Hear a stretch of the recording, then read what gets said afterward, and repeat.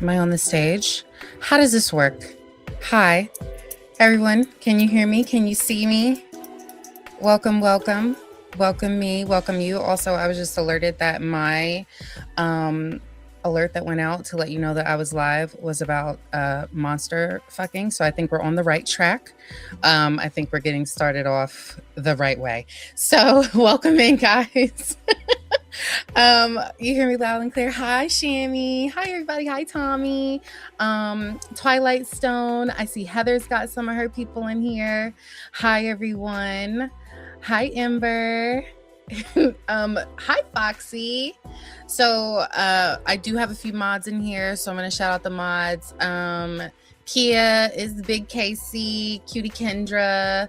Kendra's one of them. Hold on, I gotta scroll up a little bit. I think Simone is a mod, but she shouldn't be modding. Sham is a mod.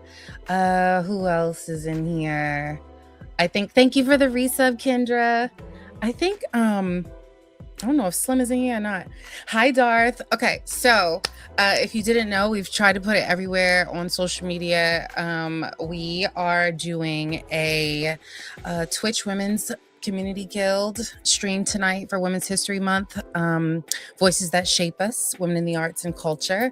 So I will be joined by now 5 lovely ladies. Chris is experiencing some inclement weather and she doesn't have power, but she's gonna hop in and join us when she can. So it'll just be us girls for a little bit.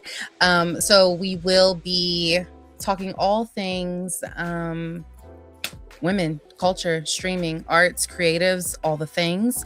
So I will run down what to expect. I know, prayers up for Chris. And her sweet little dog, like her and Mo, or they're just like her Roro. They're just hanging out. Okay, so I'm going to go through what to expect tonight.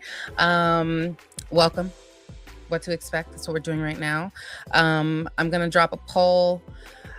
There will be some polls tonight. There'll be a way to do a question and answer. I'll go ahead and drop that link now so that way if there's something you want to do, let me see, and then I'll go ahead and pin it to the chat as well. Maybe I should say something like cool so that people know what to do with it. Can you guys hear the background music as well? Because again, Black women in tech, I never know what I'm doing. So this is for Q&As, and polls. And then we'll drop that.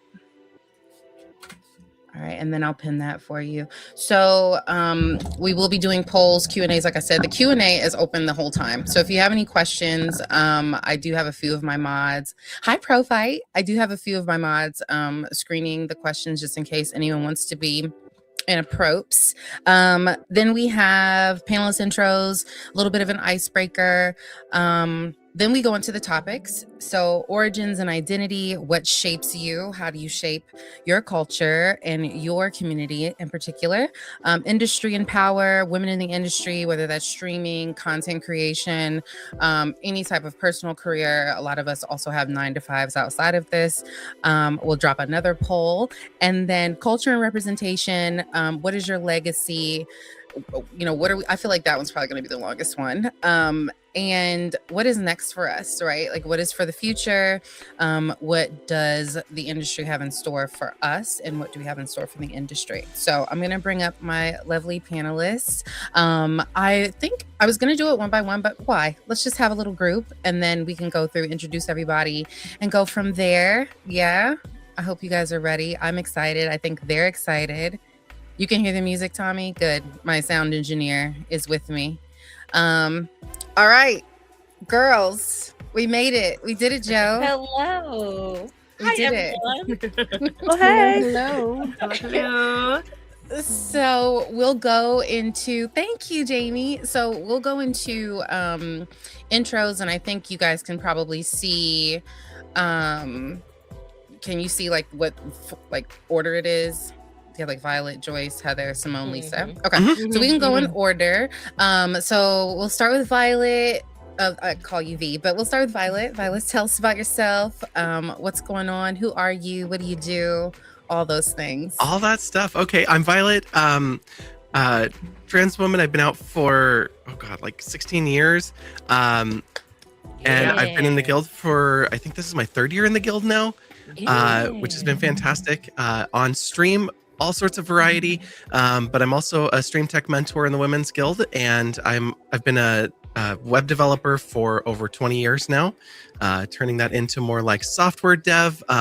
Right now, my main project with the day job is an application for managing and automating patient scheduling for multiple locations for mental health. That's right. So Okay. not as fun as the gaming side of things, but then I go and like fight monsters in Expedition 33. So Right. I'm So playing Violet- that too. I was gonna say, Great and Chris finished too. So Violet, tell us, like, are you streaming part-time, full-time? Like, what do you do on the Yeah, I content try to creation side? stream 3 days a week, as much as I can. I also end up traveling a lot, and I work behind the scenes of music events because I'm like, there's 5 minutes in my schedule. Let me fill it with 40 hours. I'm sure none of us know anything about that and have never overcommitted in our lives. Please. And then we have Joyce next. Purple People, aka Purple People. Hey, girl. Yeah. Hi. So quick little about me. I've been streaming for almost 5 years now, which is kind of insane to say, but I definitely am a simmer and a GTA RPer. Those are like my main two that I would say I play, but definitely variety over here. I'm not a scaredy cat, but my chat loves to get me to play scary games. I'm definitely Nice. definitely love it. Same. Yeah, I'm not good with it, but hey, they make me do those. But outside of stream, I work in tech as well. I started as a developer, so when you were saying web development, I loved that. But now I'm a business analyst, so do all that. I'm in the Black Guild and the Women's Guild. I think I've been in the guilds for maybe 3 years, maybe now 2. I'm a business and development mentor in the Black Guild though. So yeah, it's fun there. Yeah, Nice. we love that. Sweet. And then hi, Heather. Hello. I'm Heather. I'm a variety streamer who mainly focuses on story-based games, no matter the genre. So whether it be a JRPG or a platformer or whatever, if it has a good story, I just want to play it. Because before I went into content creation full-time, I was a teacher for 10 years. And I taught like English and literature. So I know the power that a story has to connect us all. And I love taking chat on that journey and experiencing the stories together. I'm also an actress on a YouTube channel, Channel Awesome, and I also run all of their live streaming and tech as well. There's so many women in tech, and I've been over here struggling with StreamYard. Hello. I'm like, what? I should have called you first. I'm like, and you know, it was to the point where I was like, I'm just gonna subscribe to it because it seems easier to just like, I'm one of those people that throws money at the issue because I'm like, if it can make it easier for me, if I can add my little like doodads and change the layouts, fine, because I cannot deal with the freebie stuff. But I wish I would have called y'all first. Thank you so much for your help. Simone, hi, girl. Hey, girl. Hi, everyone. A lot of y'all kind of know me in the chat already, but my name's Simone. I'm a variety streamer. My focus is also on story-based games as well. As long as, like Heather said, as long as they're interesting, I'll play it. My chat also bullies me to play horror games. I hate playing horror games, but yeah, I don't know. There's a certain like I hate playing solo horror games, but like community ones like Repo and maybe a little bit of the Outlast Trial. Like I'll be with it, you know what I'm saying? Because it's good when we're all scared together. But we watch anime on my channel. We just we watch different things because I also like to yap. Big yapper here. So just like connecting with my community through all sorts of things that I love and enjoy, which is like anime, music, movies, shows, all that stuff. But by day, I am a writer. I write for a streaming company, editorial. So, technically I'm still kind of on the clock, but it doesn't matter. I finished all my work and did what I had to do. So I'm here. But yeah. Love it. Hi, Lisa, aka the Wonder of Anime. What's up, babe? I feel like I snuck in here because I don't stream. And I was like, hey, Lisa, can you join us? I know you don't stream, but I'd love to have you.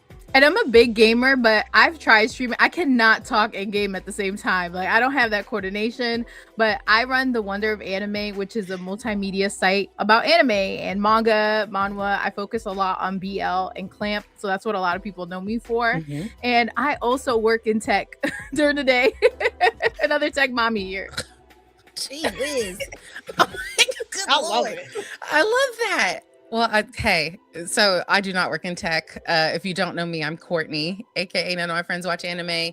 My platform is any and everything that we can get our hands on. My main focus is anime. I simp for 2D men inappropriately. I also have a community of people who do it with me. So I'm also by day a writer as well. I mostly do, I am a feature culture writer and essayist, also editorial. I don't stream as many games as everyone else. I never finish them. So one of the challenges that we have on my channel is for me to finish a game. So get your points up because that's going to be next. Yeah, I just love all things pretty, beautiful. Happy to have all these beautiful women here joining me. Simone and Chris. Chris is not here. Like I said, she's experiencing inclement weather. Her power is out. I told her even if she only hops in for 10 minutes, I want her on this stage. So she may come in soon. But we are a part of a stream collective called The Corner 5. It's me, Simone, Sham, Chris, and our friend Phi. So we have all been a part of some guilds. I know I'm a part of the Black Guild, part of the Twitch Women's Guild. I've been a part of the Twitch Women's Guild for a little over a year. I'm a big lurker, so I just hop into events and meetings and just kind of get real nosy. So the journalist in me does give me sleuthing and stalking abilities, which is how I found all of you. So I thank you guys again for joining me today. We're gonna start off with a few little icebreakers here just to get the ball rolling. Again, we are doing a Women's History Month stream for a Twitch Women's Guild called Voices That Shape Us, Women in the Arts and Culture. So if age is a state of mind, what state are you currently in, Simone? Why are you asking me first? So give it. I'm a moderator. I gotta get what's like? Okay, so I mean, I am 36, right? But I feel like mentally I'm like 25, 27. I feel like I don't know if it's because I'm unserious most of the time, because the world is so sad right now. Honey. I gotta hold on to my whimsy, so I feel younger the older that I get. Like, it's kind of crazy. But yeah, I feel like I am a very young 20-year-old in my 20s woman. I love it. Joyce, do you believe age is a state of mind? It's not.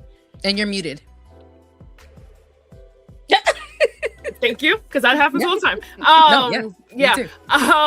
I'm gonna say, I will say, I feel like it can be a state of mind. The age I'm gonna pick was gonna be like 23 to 25. That's what I was gonna say. Maybe I'll go closer to 25. That was the age when COVID hit for me, and I feel like mentally, like that is like still in my brain. Like, I feel like I lost those years, low key. So like that's why I'm gonna say those. Yeah. Feel that. Lisa. Ooh, I would say 30. Like, I feel like when I was in my 20s, I was like, I cannot wait to be 30. Like, 30s is gonna be lit, and it has been lit. Like, I can confirm 30s. You know when they say like your 30s are your 20s with more money? Yes. That's what it is. And I'm like, I'm 33. Absolutely. I've never looked better. I've never felt better. Like, yes. So, yeah, I'm perpetually in my 30s. Yeah, I love it. Heather, what you got? I'm going to do a little bit of a cop out. So I am 38, and I still feel 38. I feel like, okay, because as I've been getting older, I feel a lot more, I don't want to say anger, but a lot more indignation about like our society's obsession with youth equaling beauty and equaling prosperity. And so I tell people when they're like, oh my gosh, you don't even look 38. And it's like, I do, because I am 38. This is what 38 looks and feels like. You could do this too if you're 38. I don't know. I don't care. So I feel 38 because I am 38. And that's shout out to the 38-year-old. I really hate that people be like, oh, you're in your 30s? Like they think you have one foot in the grave. You think that I can't do anything because, or like I'm some elderly woman because I'm in my mid-30s? Like, but also, what does that look like? What do ages look like? Do you know what I mean? So I totally understand that. Violet, what you got for me, girl? I would say like feeling internally probably mid-30s. I definitely am not. By the sounds of it, I've got a few years on everybody here, but this iteration dropped into production only 16 years ago, so period. Exactly. I intentionally went for the name change at 29. I was like, no, I never turned 30. I'm not doing that, and I'm like. But the birth certificate says otherwise. You cannot hide from the truth, it seems. No. So Heather, I too am 38. I'll be 39 April 9th. And I was reminded by my friend Simone here that I am turning 40 next year. Because I'm gonna tell you, like, I do believe that age is a state of mind, and I do not feel like I'm in my 30s, and it could be like Joyce said, because during the pandemic I feel like a lot of years got stolen from us a bit. So I'm not where I wanted to be at this age, but I feel like I'm where I'm supposed to be. So I think to your point too, Heather, sometimes I feel like I'm 56 because the world has been kicking my fucking ass. Like I don't know what's going on. So I do feel that age is a mindset in terms of how you view things, how you carry yourself, but ain't nothing wrong with being your age one bit. I'm gonna do a little this or that first. Peanut butter or almond butter? Shout it out. Peanut butter. I guess peanut butter. Yeah. Oh, don't go with the crowd, Joyce. The reason I'm saying that is because I don't like either. I'm picky, so like that's the reason. That's where I'm also say peanut butter, just to pick one. Well, I'm allergic to almonds, so I can't. Oh, right. So peanut butter for me. Yeah. I'm gonna move my camera if I may, because my camera's right here, so I keep looking over and you guys are not there, so I just switched it over. So whole milk or nut milk? That was a crazy pause between or nut milk, and then she gonna raise her eyebrows. Insane. Whole milk. Sorry, y'all. Whole milk. Okay. Again, the same. I guess I'll say don't like milk. Nope. You don't like milk? Okay, if you don't like milk, you definitely don't like whole milk. Yeah, so I'll go nut milk. Sure, I'll go with that. All right. I'm gonna go with nut milk. Yeah. I'll do nut milk. But oat milk. Exactly. You got it. V knows the deal. Simone? I'll go nut milk. Oat milk specifically. Almond milk is the best one, but almond. I'm you allergic. Can't drink that. Yeah. Well, I was able to drink it before I found out I had an allergic reaction to it. Found out that I'm allergic to nuts. Like that sounds crazy. Interesting. That is crazy. Like what? You poor thing. So I do feel that oat milk is the superior milk. Almond milk tastes like water. Okay. Very controversial. Apple or Android? Apple. Android. Android. Okay. People with apples? Who are you? I know. So that's why I love this, because I'm gonna tell you, I had an Android for a little bit and I liked it. But I had always had an Apple. I had the first Apple iPhone, like all that stuff. Switched to Android. It was the Samsung Galaxy Plus, like the first one. And it was divine. But then one day I couldn't send text messages or emails. And so I was like, okay, so back to Apple, where the iOS is very easy for a non-nerd like me to understand. Okay, so I also want to know, are you a content creator or a creative who makes content? Ooh, that's a good one.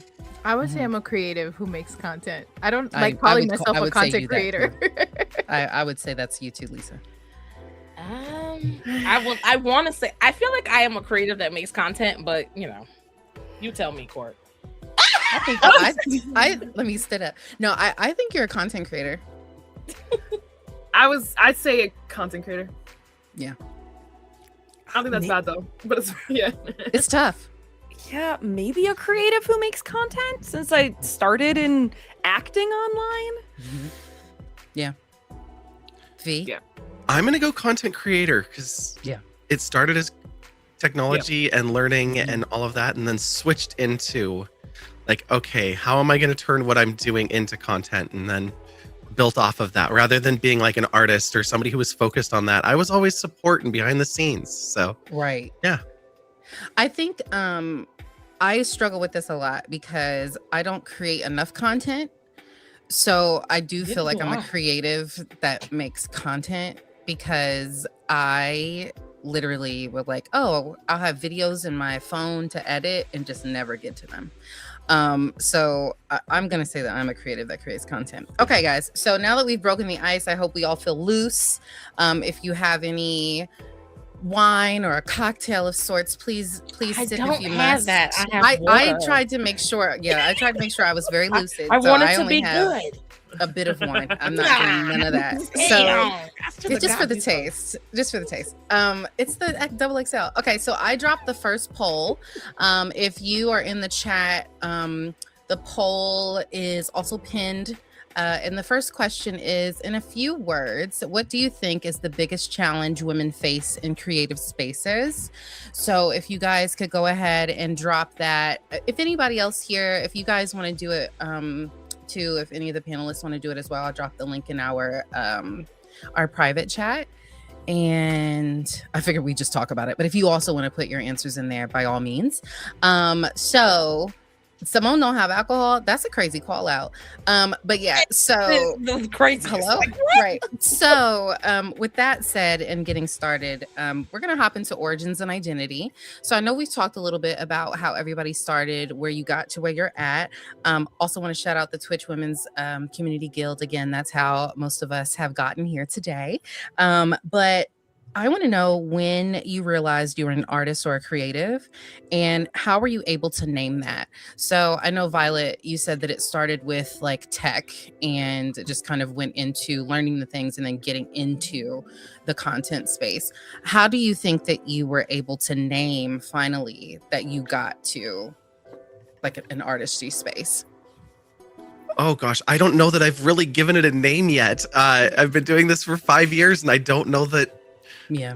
I don't know what it that. is because it's constantly changing. I got into it. My nephew wanted to stream and my family was asking me, hey, what's this Twitch thing? So I was like, I'll check it out. And then a friend of mine had a heart attack and she was like, I can't go to work for a while. Maybe I'll try streaming and see if I can make some money. And I was like, well, how do you monetize this? Right. And then I was like, wait, I've been streaming consistently for 6 months and I love this. Yeah. So I kept doing it. And then I ended up doing some narration of some like nature scenes, and people were making comments on it coming back. And it was like, oh, well, now I'm going to read something and now I've got a narration deal. And like all of a sudden I'm going, oh, I'm doing different voices. And there's now a bunch of stuff going into this. I'm no longer just a person playing a video game. Mm-hmm. Now I'm trying to figure out how can I elevate this? What else can I bring to this? So maybe the last 3 months I finally felt like I'm in some sort of groove, but right. It'll probably change again in another 3. Right. Well, so Heather, again, in my stalking modes, I've dropped into a few of your streams and you actually do art on your streams. So how would you say, or when would you say that you felt like you first became an artist? So I've always mainly been like acting and singing, and I've done that since I was like 5 years old. I've done like acting, singing, even in college, much to my mother's chagrin. I studied acting as well as elementary education. I was like, also, I'm studying elementary education, so it'll be fine. Don't worry about it. I'm gonna be fine. So I've always been interested in pursuing that and finding a way to kind of satisfy and fulfill that part of myself that's always been creative and wanting to, I don't know, create, even though I just said the word creative again. There's no other word almost. Right. Yeah, Totally, 100%. Yeah. So I kind of just fell into like online spaces because even when I graduated, again, we're the same age. So I graduated college in 2009 when like YouTube was barely a thing. So if you had told me when I was 21 that I'm going to be acting on YouTube and playing video games on the internet, I would have been like, would not have believed you. Lies, absolute lies. That's not a real thing. But I fell into that from an audition, and then I fell into streaming because people in the beginning kept asking me like, when's your YouTube channel coming out? What are you doing YouTube? And I was like, I can't think of anything more terrible than watching my face for 5 hours a day to edit a video. I mean, not that I think about, like, I don't want to watch myself for hours to edit a video like some of my other coworkers did. And I'm like, that sounds terrible, but let me check out the streaming thing. But I am married to an artist. My husband is a professional artist. So that's when I started to get a little bit more into like, I do a lot of crafting on my streams sometimes. Well, once a week I do crafting. So I do a lot of like cross stitch, or sometimes I'm also an anime nerd. So sometimes I'll build Gunpla, Gundam models. Yes. Yay. We love that. Yeah. I'm just always trying to find ways to satisfy that creative spirit. Yeah. And Joyce, I see that you are a nice little traveler. You got you again stalking, baby. I was on my Zoom. What do you, or when do you feel like you kind of stepped into this role of being a woman in the arts? So it's funny because I started as a YouTuber, so that was where I started in college, and that's like, it was really a traveling bug. Like, I've always loved travel. We went on a family vacation on a cruise, and I was just gonna do it as like filming it just for my family, but then it kind of became, oh, I'm gonna vlog.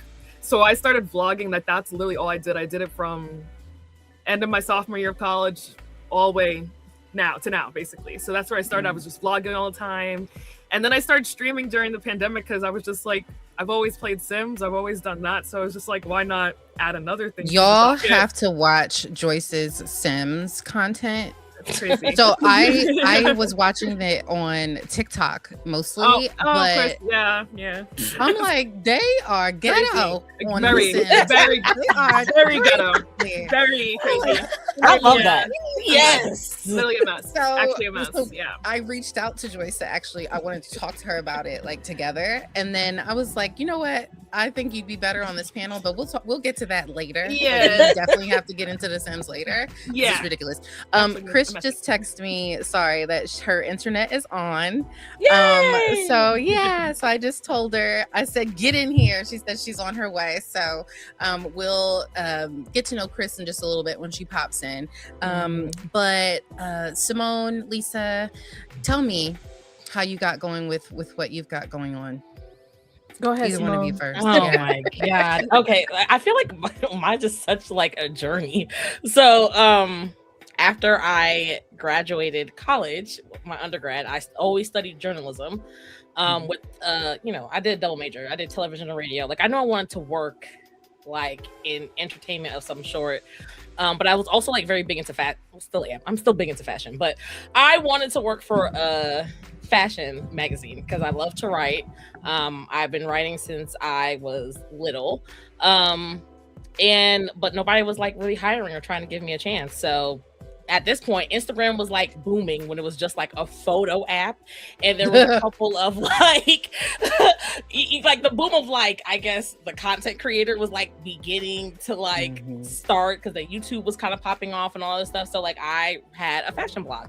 And I was like pretty like consistent. Like I talked about like fashion, like, you know, took little OOTDs after the days, did a little beauty stuff, all that stuff. And then I moved to Chicago at like 27 to get my master's degree because I was very like lost in life, because like me blogging and all that stuff wasn't like really doing anything for me.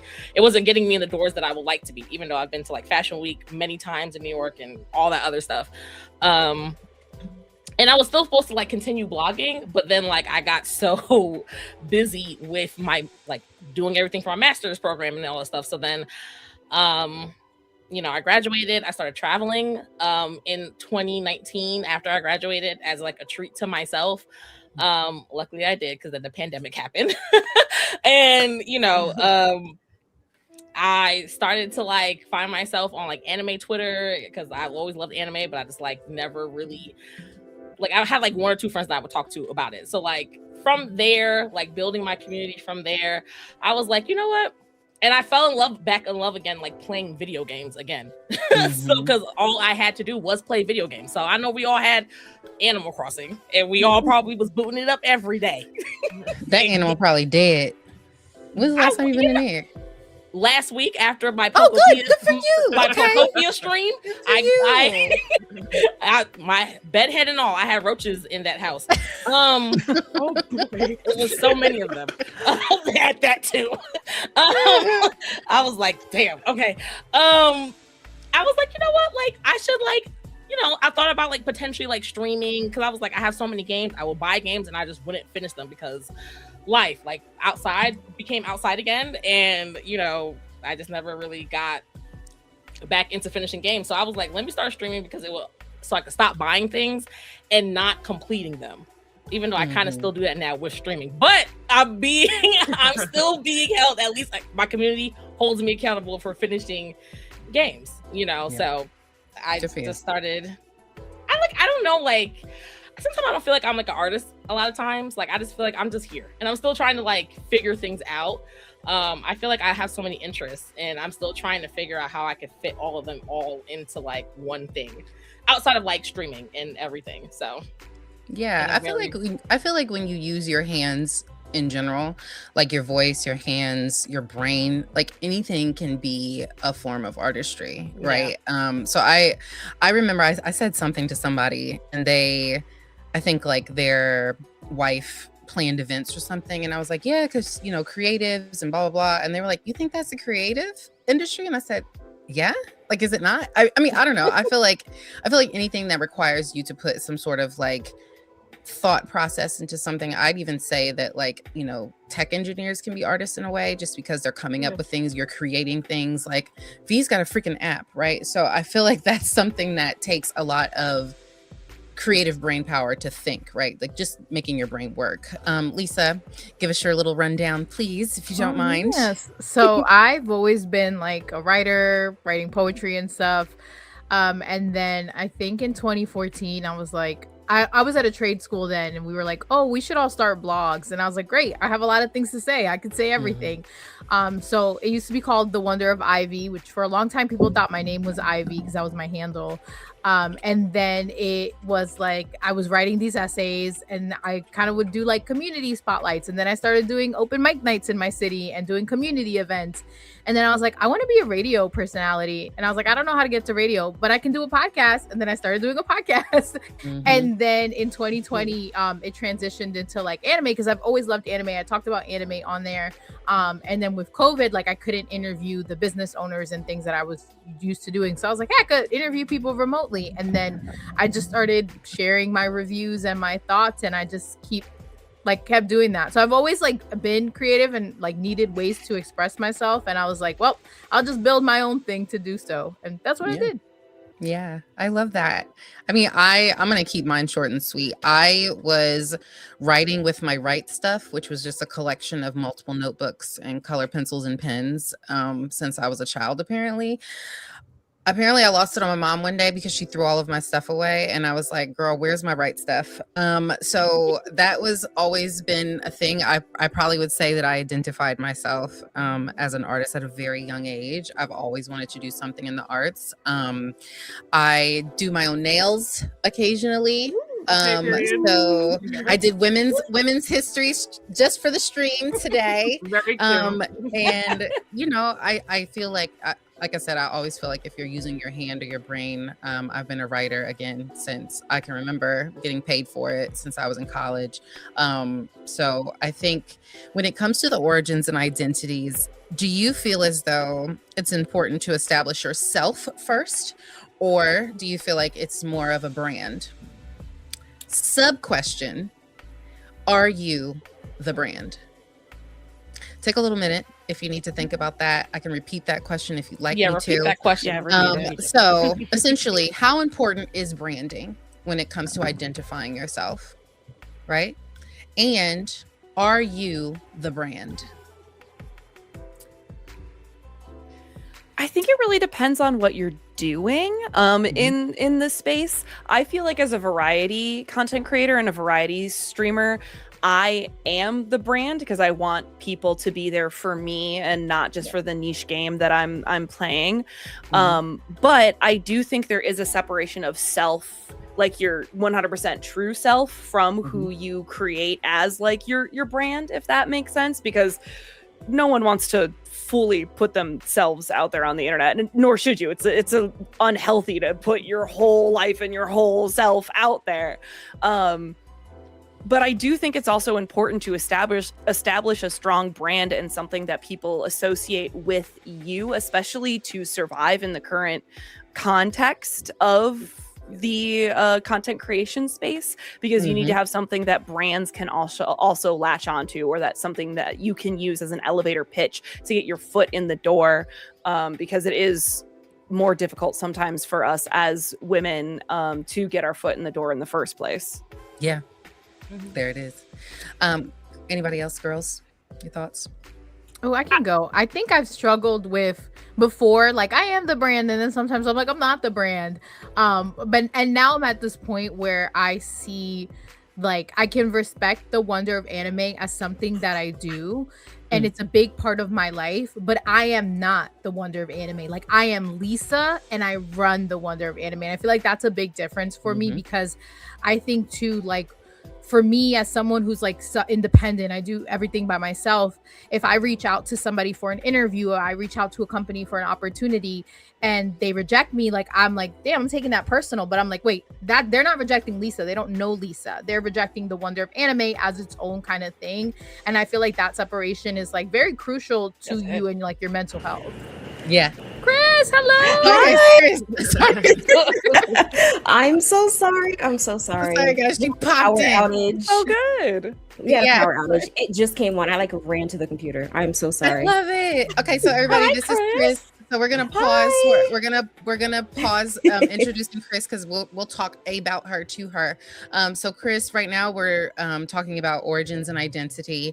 And my question was, how important do you think branding is to when it comes to establishing yourself and your brand, your identity, et cetera, et cetera? And are you your brand? And Lisa was telling us that she just sort of discovered that wonder of anime is just a part of her and not necessarily what she is or who she is. Lisa, I know we got excited. Did I cut you off? No, that was literally where I was gonna end it, and I was very excited to see Chris. So Yeah. So, I know. Hi, everybody, and I'm so sorry again. I'm so sorry.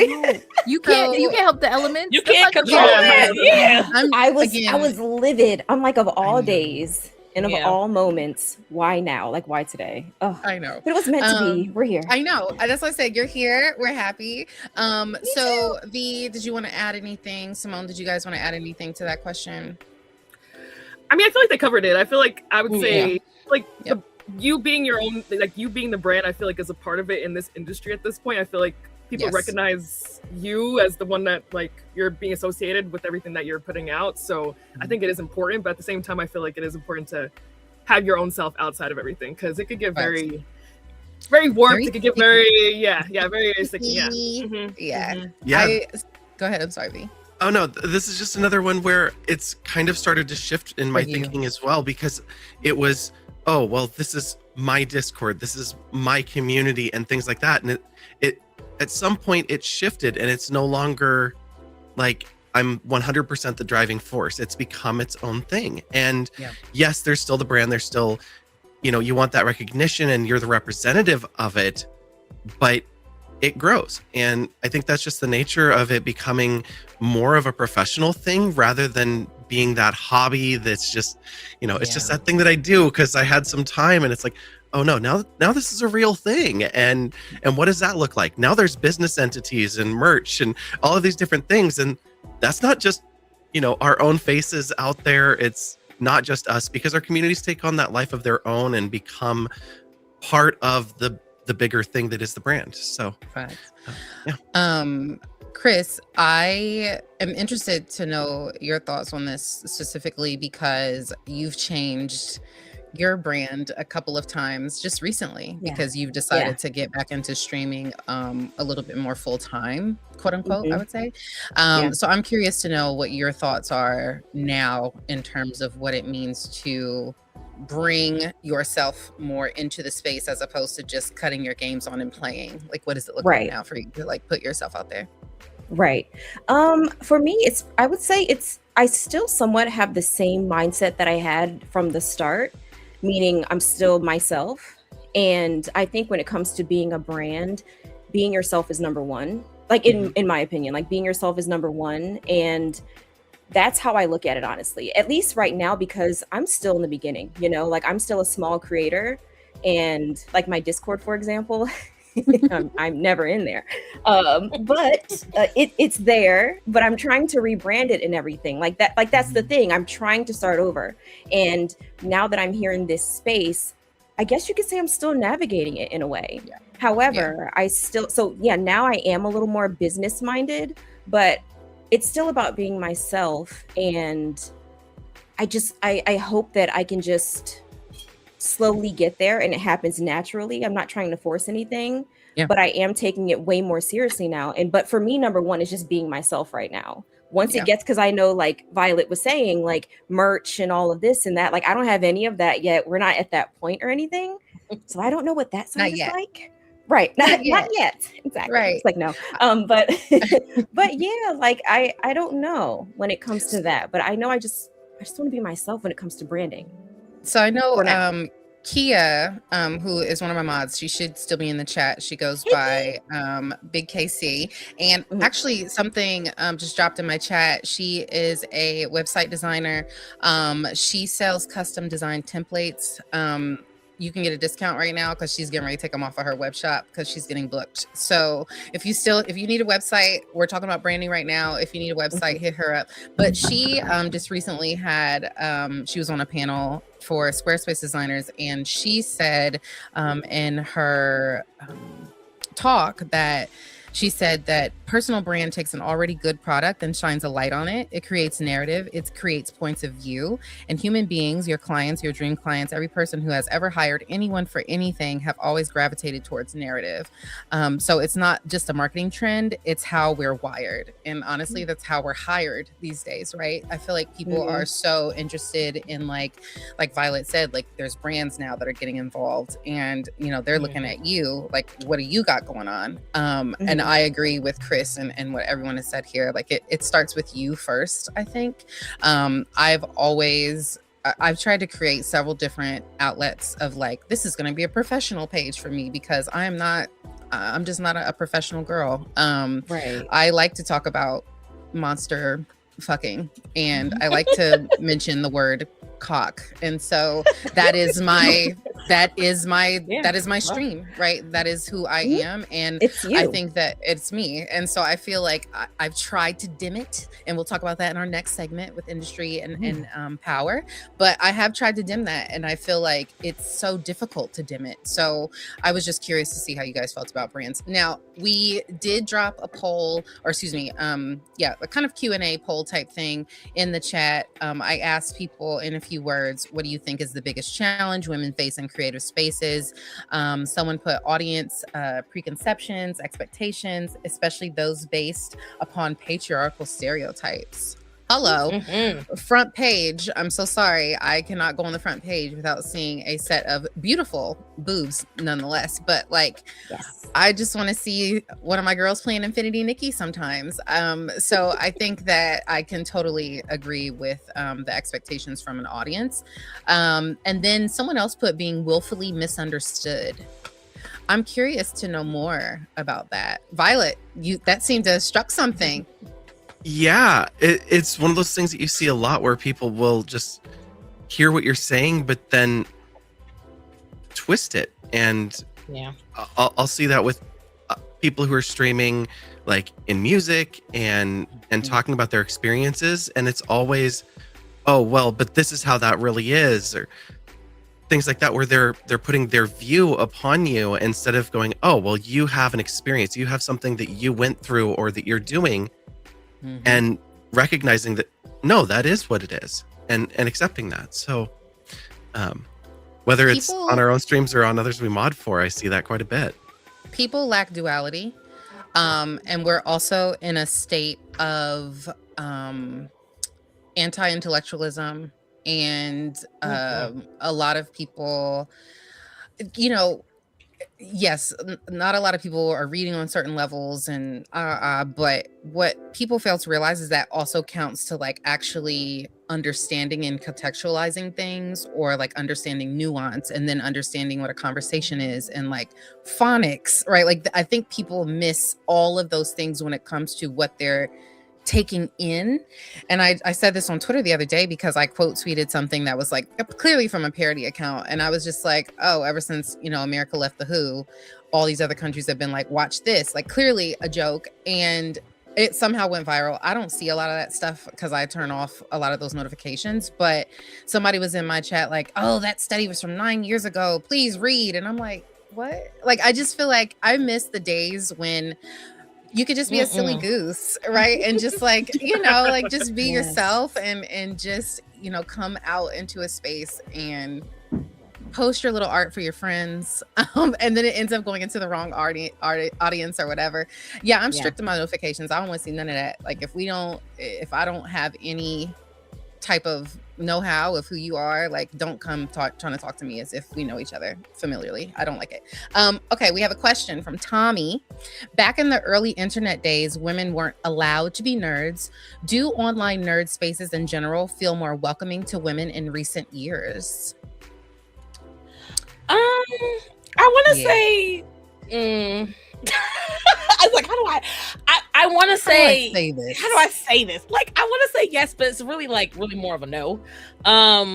Because you always get like a man that wants to try and quiz you on things. Like, oh, you like anime? Well, tell me about X.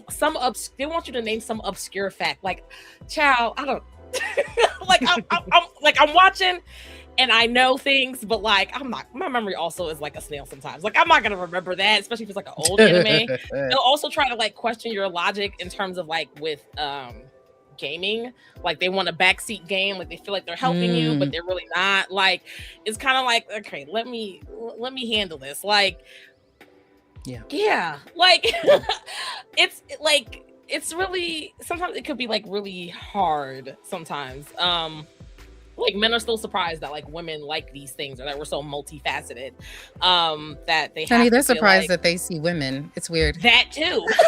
Like, Like, it's so hard for them to see beautiful women liking like nerdy things. Like They're like, where did we- these women come from? When did they like, pop out with y'all? always been here. Always, we've been always here. been here. I've always Always liked been here. these things since I was a young girl. So like Mhm. it hasn't changed on this side. You know what I'm saying? Like you see it on Twitter every time. Like some man that's hurt like wants to try to knock a woman down a peg.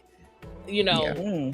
terribly. Like because you know they weren't getting no play back in the day because they were weird. It wasn't because you liked Still ain't. anime. It wasn't because you didn't like because you liked anime. You was Naruto running down the halls. No, it's because you were weird.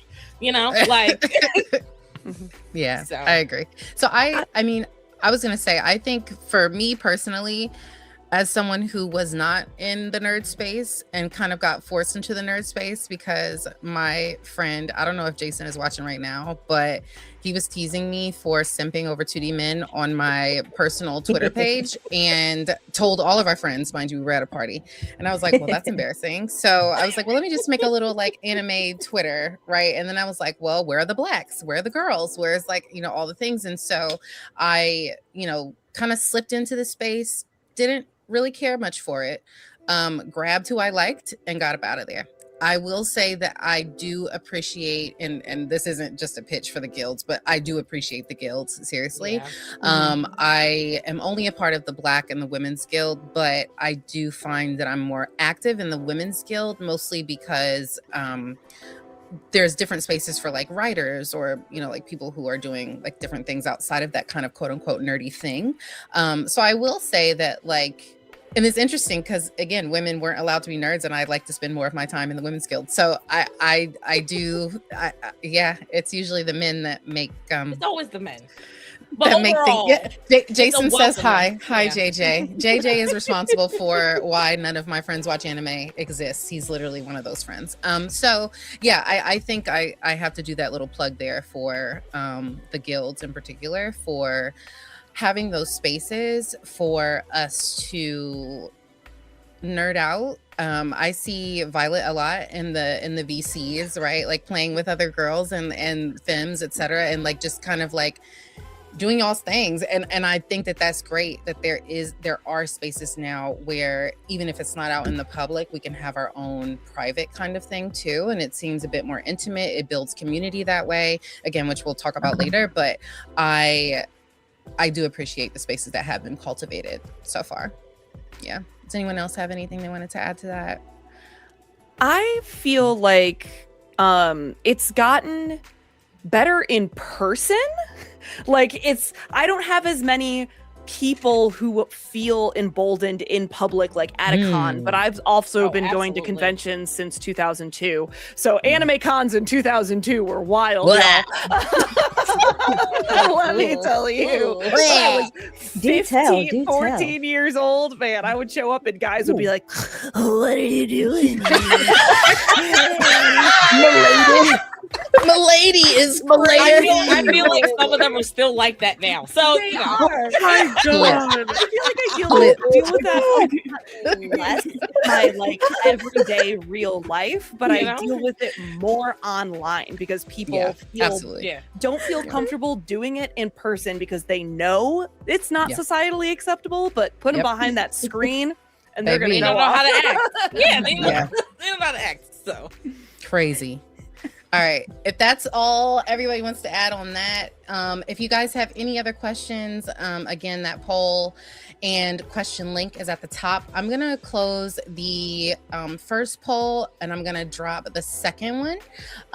So the second poll, and we'll answer it later, but the second poll is multiple choice. It is a true or false. The question is, women in every industry are constantly made to compete with one another. So if you want to go ahead and vote on that, we are going to move into industry and power. But first, I do want to introduce Chris. A lot of you do not know Chris, aka Chris Matarame. Chris had some inclement weather, so she's joining us after her power came back on. So Chris, my dear, tell us who you are, what you got going on. Just give us the tea. All right. So, hi, everybody. My name is Chris, aka Chris Matarame. I am a streamer on Twitch, a Twitch affiliate. I mostly play like single player action RPGs. I love Souls-likes and Soulsborne games. Recently, I discovered like a few years ago that I'm really good at those apparently. And so now it's kind of like all I crave. Shout out to Crimson Desert coming out. So excited. And Phantom Blade Zero. But anyway. I'm so excited for those games. But yeah, I mean that's pretty much it. I'm a streamer and I'm trying to, so I'm actually not in any Twitch guilds because as we said before, I didn't take this seriously in the beginning. I was like, I'm just going to stream for fun. It's not a big deal. I didn't apply to be in any guilds. I wasn't trying to be partnered with anything. It really was just like a thing. but I took a break. I took like a 4-month long break. And when I came back, I had a completely different mindset. So as soon as like the applications are open, I'm applying for everything. I'm partnered with Streamer Dap right now, which is really cool. What else? I made just a won media the kit. Like, I'm so Wit serious now. Oh yeah, You won the Wit and and Wild contest. I or whatever. did. The Get Wet Wet. contest. So Get Wet Sports on Twitter held their spring, I think it was their spring Wet Awards, and I was nominated for both Variety Streamer and Vibrant Voices. I'm not really a variety streamer though. I'm just a gamer. Like, that's all I do. At least I don't think I'm a variety streamer. But yeah, I ended up tying with She Is Boogie for the winner for Vibrant Voices. I know. Thank you. I've never won anything or been nominated for anything on my own. Like with the Corner 5, we did win Rising Star last year, was it? Mhm. Yeah, for like the as a Game collective. Hers. Yeah, for the Game Hers. Right. We won Rising Star. So to be nominated on my own and actually win something was huge. Like it's yeah, it feels great. And so like I said, I'm taking it seriously now. So that felt really good. But yeah, I'm pretty much just a streamer. I'm on Twitter all the time. I too enjoy a nice 2D man.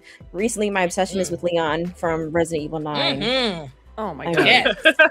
We could Yes. spend the entire night Oh. talking about the Leon. edits And that yeah, have been. don't get me started. Honey, let me tell you, I was like, I gotta play this game. And I told everybody though that it would literally just be me trying to open cabinets and like making him grunt and like I'm cocking his serious. gun Oh and shit. my It would God. not be me Like playing he's, at like he's all. flexing them biceps, honey. So I I get know. it. I'm going to be playing Oh. Resi 9. Let me not say soon, Yeah. but eventually. It'll be my first time playing a Resident Evil game, I'll be though. there. Oh will be yeah, there. oh yeah. So I'll be there. fair warning, and I'm sorry. She's is also what it a is. horror girly, but she don't Yeah, play yeah. horror. Thank you. I love. Yes, I'm a huge fan of scary movies, horror. I love those things as well. And I like K-dramas. Yeah. Yeah. And I got into the nerd space later in life, actually, too. I wasn't into anime growing up. So whenever we have the conversation, I should have added on before when we were talking about that. Whenever we do talk about the nerd space, I have a different perspective because I got into anime in my early 20s. So I didn't really know about the culture back in school. Like, I knew there were kids who liked anime, but I didn't. All I knew was Naruto, waking up in the middle of the night on Adult Swim, or Toonami and stuff, and like Bleach would be on, Cowboy Bebop, things like that. But I didn't really understand it. Like Ghost in the Shell would be on, and I remember thinking, "This is interesting," but that's as far as it went. I never watched it. It just, So I got into it later on in life, and I too joined the community on Twitter. So my perspective, honestly, is just from recently. I just started going to cons recently, interacting with people. And so my experience is definitely men like to mansplain and, especially on Twitter, again, like I get the quizzing and it got to the point where I just like to troll them now. Oh yeah. Like if they ask, certain questions, like say the wrong answer on purpose, like it's really funny to me. So yeah. But yeah, I mean, that's me. I love anime and gaming and yeah. All the things. All Well, the thank you, things. my dear. Okay, girls, let's take a brief water break. I would like for you to drink some water. Yeah, if have you water. have I some ran to the on computer. you. I don't even. I know you did, Damn. honey. I'm like, I ain't got no water. I ain't got. Yeah, let's take a brief interim. Girl, I was gonna say you got about like 2 humans in that house that need to come I run and bring do. you a little bottle of water. They sure will. But That's just facts. temperature checking. Is everybody feeling okay? I know that, like I told you guys, I said this was going to be 60 minutes just to appease the Twitch Guild. If you have to run, by all means run. I don't want to hold you hostage. Like I said, I know we're some yappers, so our Corner 5 streams can be hours. Long. So if you need to go, please do not feel like you're dipping out too early or anything like that. By all means, hang out, post out. Okay, so let's get into the industry and power, the industry and the power dynamics, I would say. So women in the industry, period, especially like with Joyce, Lisa, Violet, being in tech spaces, I know that representation is going to be a little bit different when it comes to that specific field. But I did want to drop a few little stats here. 3% of modern artists are in modern art sections of museums are 83% or excuse me, 3% of modern art in the modern art sections in the museums are of women creators, but 83% of the nude works are of female bodies, or female and femme bodies. So it's very interesting to see like a lot of the things when you're researching this, like agencies, women only make up like 0.1% of like agencies out there that can actually sign people to do work, brands, etc. And a lot of the art museums in general, 18 major art museums in the US are 87% male and 85% white. So I am curious to know, where do you feel underrepresented in your specific spaces? And I know that could be an hour-long conversation in itself, but to get specific, where do you feel it the most, and where do you feel undervalued? Particularly, and do you feel that you have ways to bounce back from that? What keeps you going when you feel that way of undervalued? Joyce, if you want to give me your thought process. Yeah, and I'll start. So I started out as a developer. So it's definitely more male oriented spaces for sure. Like a lot of the times my internships in college, my even my first job. Right now, actually, I'm surprised my team is mostly female at the job I have currently. Let's go. Yeah, so I've had female bosses recently. So it's actually very interesting. It's a complete shift than what I'm used to. So I like that. But a lot of them don't have tech backgrounds, the people that I'm working with. So I'm probably one of the very few on my team who's like really like technical. But I felt like definitely coming up, even like in college and everything, like I was definitely one of the very few Black people in my major classes in general. There's very few of us, like, and a lot of them, if they were in the tech space, a lot of them were in engineering, like they were mechanical and stuff like that, where a lot of the computer science people weren't as many. So I feel like I liked being in spaces where like I sought out clubs and stuff that I could be more of like a talking voice for people to actually see someone who was doing it, having fun with it, actually enjoying it, so that more girls like me can actually join it. So that's how I tried to do it. I was always trying to be very involved in a lot of like the tech spaces at my college to do that. And then also now, even so, in work life, I do like mentoring also to try to like get more here. But yeah, it's a little it definitely could be discouraging, because when you don't see anyone like you, it's like, why can't I do it? You know what I mean? Like you don't feel like you might be in the wrong space or whatever. But I feel like a lot of times I've been supported by some, I'm not saying everyone, but like I've been supported by some people who see me as like a token, or I don't want to say token, let me not say token, but like, you know what I mean? Like they see me as that. It's the office pet. Yeah, they try to bring me along to try to expose me to more things, because I guess they make themselves feel better about, like in that way. Yeah. So I've definitely been privy to all of that. So Lisa, what's your feeling in that? So I'll go like the wonder of anime related with this, and I think something Simone and Courtney, you guys know about this, me personally, is that I'm a parent, and I think specifically in like my niche where I'm like talking about manga, make content about like anime and stuff, you always see those like really popular manga creators, and they're like, look at my stack of manga, this is what being single and childless, I don't have to pay. Then it's like, I feel like there's this and I'm just like, excuse me, like, parents can have a life, and like can and I don't make like my child my content or anything like that, but I do think, especially having been making content since before I became a parent and after I became a parent, like it has been a shift in how I view media and how I analyze media from the lens of being a parent. And I think it can be a little bit like there's this kind of like assumption that everybody who creates content online, or like all the creators that you see at opportunities, are like single, no kids, like they can do everything because they like live this certain lifestyle. And it's like, no, there's actually a lot of people, they don't post their kids, but they are parents, they work full time, and they are still prioritizing joy and prioritizing hobby and media and things like that. So that's an area where me personally, I've had experience in that, where people either like, they're like, you have kids, like you buy so much manga, and it's like, girl, I have had a no budget. idea. I had no idea.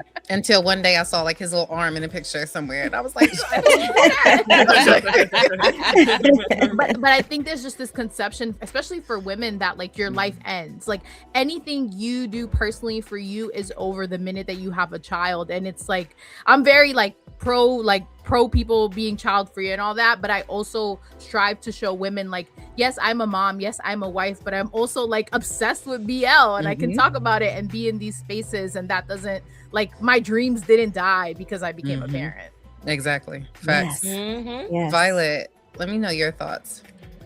Well, you hit on the kind of the workplace thing, and that's something I was looking at recently. I think I even put a comment in it in a guild chat, and I've worked on teams before that were 50-50, and it's amazing seeing diversity in a team and how all of the different ideas come to the table. People who look at things differently, they work with an app differently, or they work with business differently.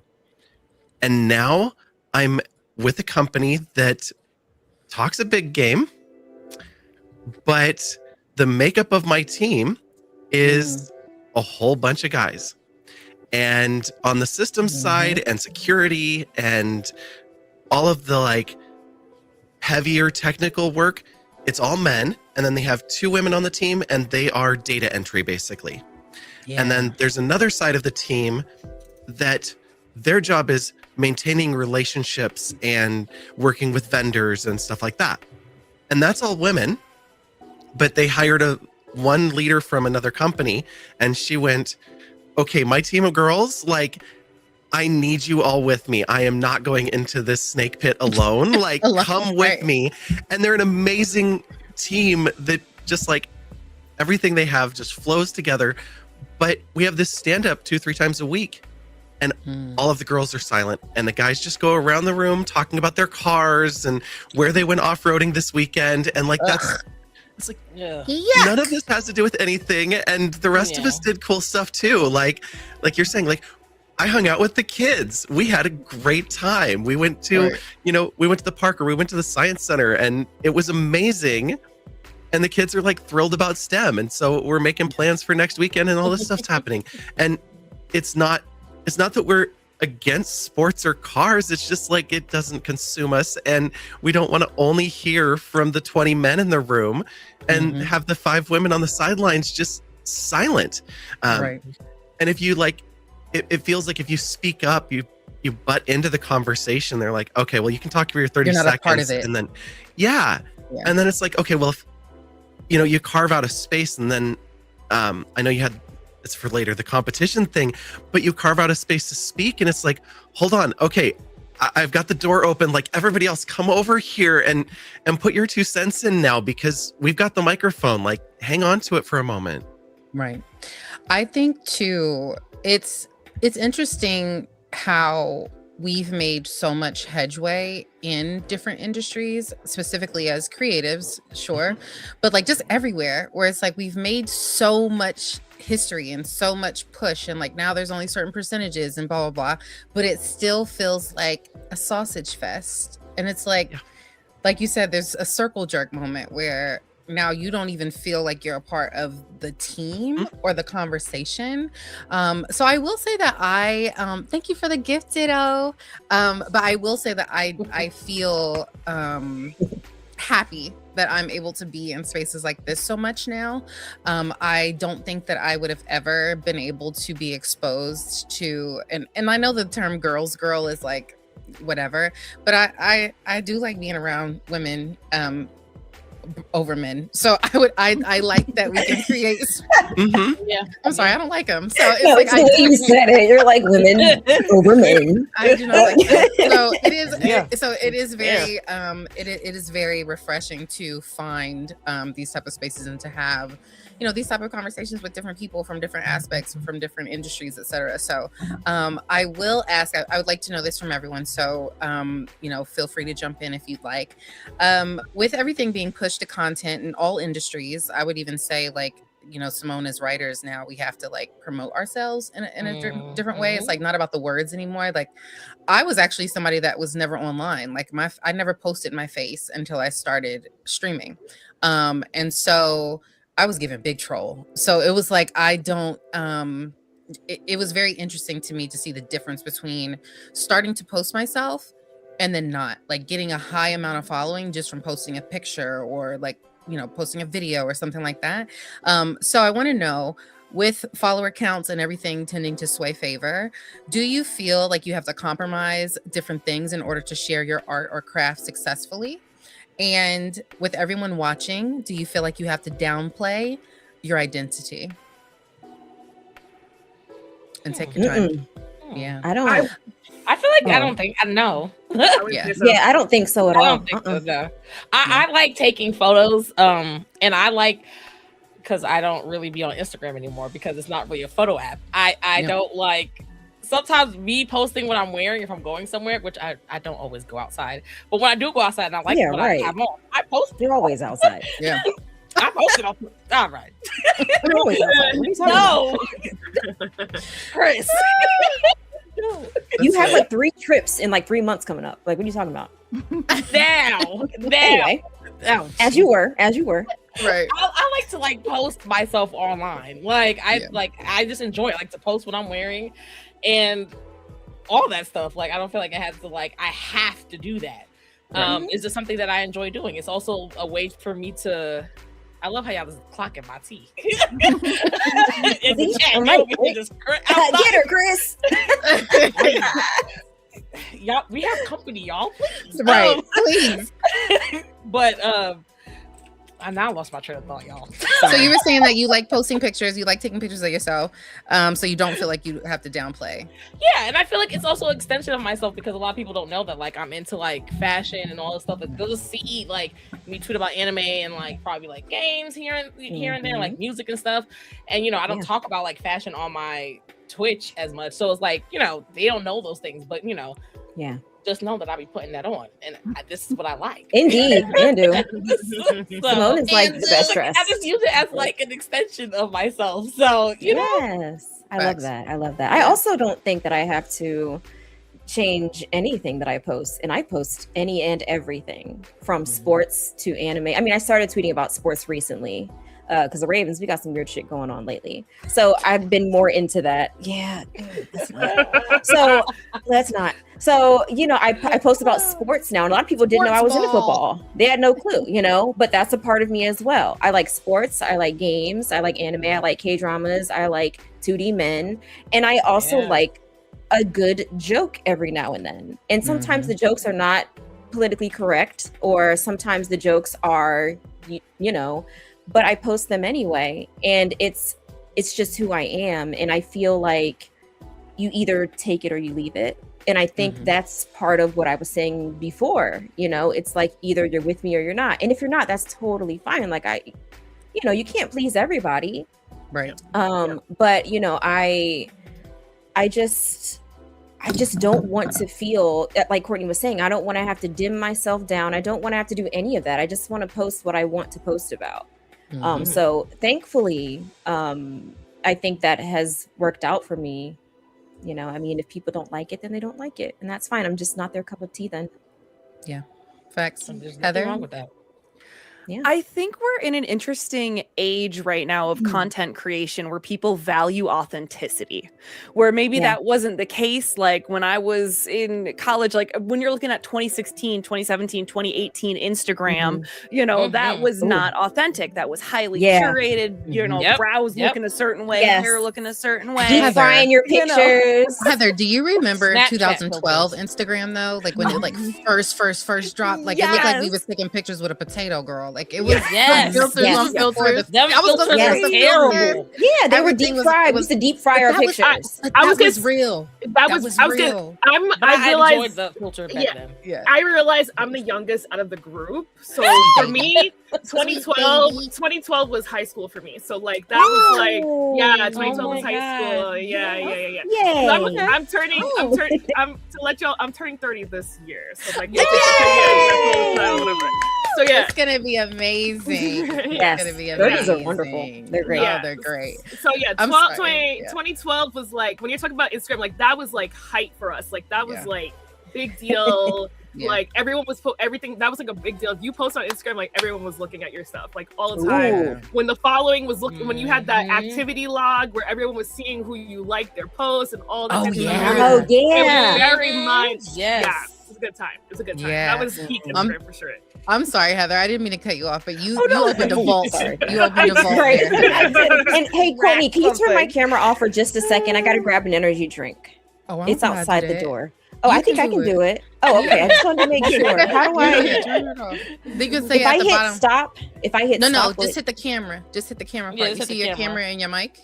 See your camera and your mic down At the by bottom you? of the screen. I see the mic, but not the camera. I see my camera itself, but not. Can I you move her off apologize, Can you move her to friends. backstage at least? Maybe that. Sure. Okay, girl, you in the backstage. Bye. They'll stress me. See you in a little bit. Yeah, girl, we'll see you in a little bit. BRB. Right. I'm sorry, Heather. Go ahead. That's all right. I was just basically saying that I feel like people value authenticity now. It's less Yeah. Yeah. less curated, less sheen, but there is always that layer of curation that you're going to put over yourself no matter what. And that's even true in like IRL, in real life. You're going to put some kind of effort or look a certain way or act a certain way depending on what group you're in or who you're going to go see, who you're going to go hang out with. But I do feel now a lot less pressure to like dim my shine, so to speak, because there is a little bit more room for other voices and other people rather than just the same 2014 Instagram girl, you know? Ooh, yeah. Lisa, I've seen you tweet about it a lot. And when you talk about like, hey, just be mindful of what you say out there, because when partnerships happen or when people want to work with you, because let me tell you something, Lisa is the plug for BL manga, for all the stories. Like I dropped her website link in the chat. I'll drop it again. But I am just curious of your thoughts in this, because again, I know that you be outside, right? Like you get pressed to go into certain cons and certain spaces. So do you feel like sometimes that there are things that you kind of have to pull back on some things in order to kind of represent who you are online? So I'll say this. I think this is a product of having been online since Zanga, is that I grew up in the age of like oversharing. Like I've had a Tumblr and I used to put my whole ass, probably illegal stuff on there. Like I know that's right. 18. So I come from that like super oversharing thing. Yeah. And I find that like with being online, there's some things that are for the group chat that are like, because I also think too, like there's a thing online that's happening where people are like either venting or they're being really unkind, and people are like, I want to work with this brand, and then the minute something happens, they're like, I can't log in, F this brand, F the text. And it's like, so it's like, and these companies are so like searching your social media, and if you are okay with like you're okay that you might not be with brands or you might not work with people, like 100% be you. But I think if you are somebody that is looking, these conversations are happening. There's people that are looking through your social, hey, have you ever tweeted anything negative? And you can be constructive, you can be critical and say like, I went to this, I thought this could have been better. But a lot of people are doing a little bit too much. But I think also as I've grown, and this isn't related to the wonder of anime, like I do this on my personal like stuff too that's hidden. Simone, you're on there. Like my personal things, it's like everything doesn't need to be posted online. Like I've been there, all my Facebook statuses are like, I was in class today, happy face, smiling. There's parts of me I can reserve for me and the people close to me in real life. So I think that's how I manage that, where I'm like, I do not need to let everybody know that a cat ran over my foot and I fell in that trip and my ass is going through the Right. I think I've grown past that oversharing part for real. A cat ran over my foot.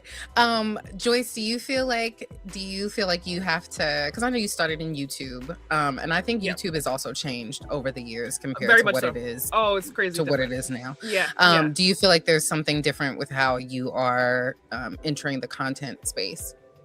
I kind of agree with Lisa, and I feel like there's certain things that I don't always share, right? Like I feel like they always use the words brand safe. I've been where people say that those words where it's like you never know who's watching your content. So like, you know, it's there could be people who are just searching just to see who you are, what you be about and all that. And like, if you don't necessarily align or they feel like you would be detrimental to their brand, like they're not gonna ever work with you, right? That's how I've been taught. Let me say I've been taught that from other people. So like, I don't want to say careful because I feel like I still show myself, but at the same time, I'm not gonna show everything about me to the world. Like I feel like that's also creates those parasocial relationships that everyone talks about as well. So like I don't like to do all that at the same time because I feel like people think that they know you, but at the same time I'm not giving you You my don't whole know self. me, girl. So that's that. So yeah. Violet, do you feel like you have to do anything different on your end? I'm trying not to. I'll say that I didn't have like the high school, early 20s on social media because now to give you the aging of myself, I was class of 2000. So as I was graduating, this is like PHP bulletin boards, silos all over the internet. Like we were in Yahoo chat and AOL chat and stuff like that. So none of it was saved. It was like, here's a snapshot and then it's going to just disappear into the ether. I'm sure somewhere in the Internet Archive, some of it still exists. There's some really bad poetry I wrote in my early 20s that is definitely still out there. So some of it's there, but I did find that even for myself, like as I was promoting bands and things like that, I would hold back from putting my own opinions out because I wanted people to focus on what is the message I'm trying to send? What's the brand message, as we were talking earlier, because it was all about like, oh, well, I'm promoting this art. I want people to see it who are from everywhere. So I don't want to alienate people in the process with my own opinions and things like that. And I find that I'm still reserved when I post because I still carry a lot of that energy forward. There's definitely the people who are like, oh, I'm going to unfollow you now that I see you this way, because I'll post a lot of stuff where either I'm dressed like this or where I'm wearing a hoodie and I haven't shaved my face in a week. And it's just like, well, which one am I getting? And they'll be like, you know, I'll post a bunch that are the other way. And it's like, okay, I'm getting follows and everything's great. And then I'll post something where I'm wearing a cute dress and just feeling myself for a day. And they're like, what's wrong with you? And leave. And so I'll find myself hesitating to post things just as a result of some of those reactions where it's like, is this going to hit or not? And another just call out to the guilds is somebody in one of the little workshops there was talking recently, and they were like, you know what? If you think it sucks, if you think it's not going to hit, post it anyway. It might hit with somebody, and if it loses you a follow, it loses you a follow because the next one you post might gain you 10. Like just get it out there. And so I also feel like those aren't your people. Yeah, exactly. And Violet, like those aren't your people. And it's like, you know, I post whatever. So I'm not really, I don't have anything to say really on this conversation. But I do think that as you were saying that, I was like, oh my God, fuck them. Because I feel like it's to a point where you know me. And to what Chris and Heather was saying, like we are in a state of authenticity right now. And like, this is who I am. And maybe today I didn't feel like doing that. Maybe today I didn't feel like putting on whatever. Like that should not deter you from following me. So even though I'm the brand, I'm still the brand, bitch. Like I'm still who I am at the end of the day. So I think, you know, as someone who does say whatever, I also come from the age of Instagram in 2012. And let me just say that if I would have had Instagram that the girls have today, back in 2012, all of us would be on an island somewhere on some yacht because I would have been utilizing that thing to its you hear me? On a brand trip. Back when I was in my prime. Oh my God. So I think that Chris, I don't know what's you would have gotten busy. It's like, what's wrong? It's like an echo. Mic, yeah. It's like we can hear the background. Oh, what do they call it? Ambient sound? Maybe it's your headphones. I think it's ambient. I don't know what. Oh, okay. Well, I don't know. You'd have to turn them. You'd have to turn your headphones off and then turn them back on. Okay. We have the same I will headphones. do that. Yes. So turn them off and then turn them back on. But yeah. So with that being said, what would you tell yourself if you could go back in time? What would you tell yourself before you started this journey of artistry, of streaming, of, you know, Lisa, you creating the wonder of anime, going from, you know, oversharing to where you are now? Like, what would you tell yourself before you, there's always that moment, right? Like there's this moment where we start everything. It's okay, Chris. It's this moment where you start everything. And so it's like, what would you tell yourself before that moment?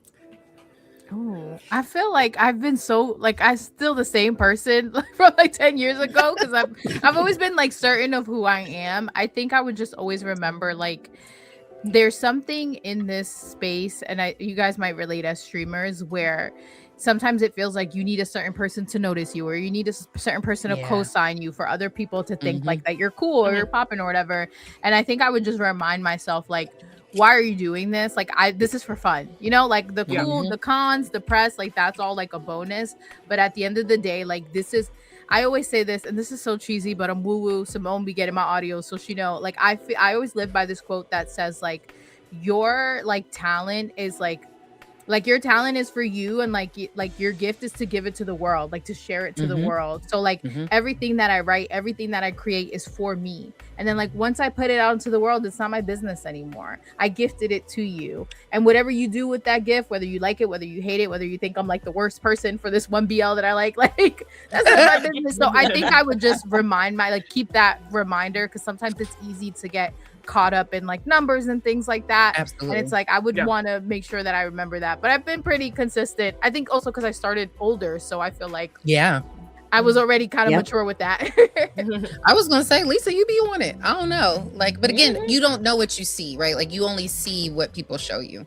And so it's like I wouldn't even know that you felt that way, because I see the consistency, I see the posting, I see the website, I listen to the things, right? So it's like you don't know what people are going through to even experience that. Joyce, I know that you were like, oh, you had a little light bulb. No, because someone has asked me this question before, because they're like always like, oh, what made you want to do content, like all of that blah blah. And I'm like, honestly, I feel like I've learned so much just from doing it, like literally just doing the craft, like literally just creating the videos, editing the videos, having that, try to get that consistency in myself. I feel like I should have just started earlier. Like I would have told myself to start earlier and do it like, and actually learn as I go, because like I said, I started mid-college. I feel like I would have loved if I would have started early college and actually documented my whole college experience. Like I would have loved to have been able to like have that for myself, you know? Because I feel like at the end of the day, like when I look back on my vlogs, it's all about like my it's documenting my life. Like honestly, I think it's just fun to have that as something for myself, even though I am putting it out there. But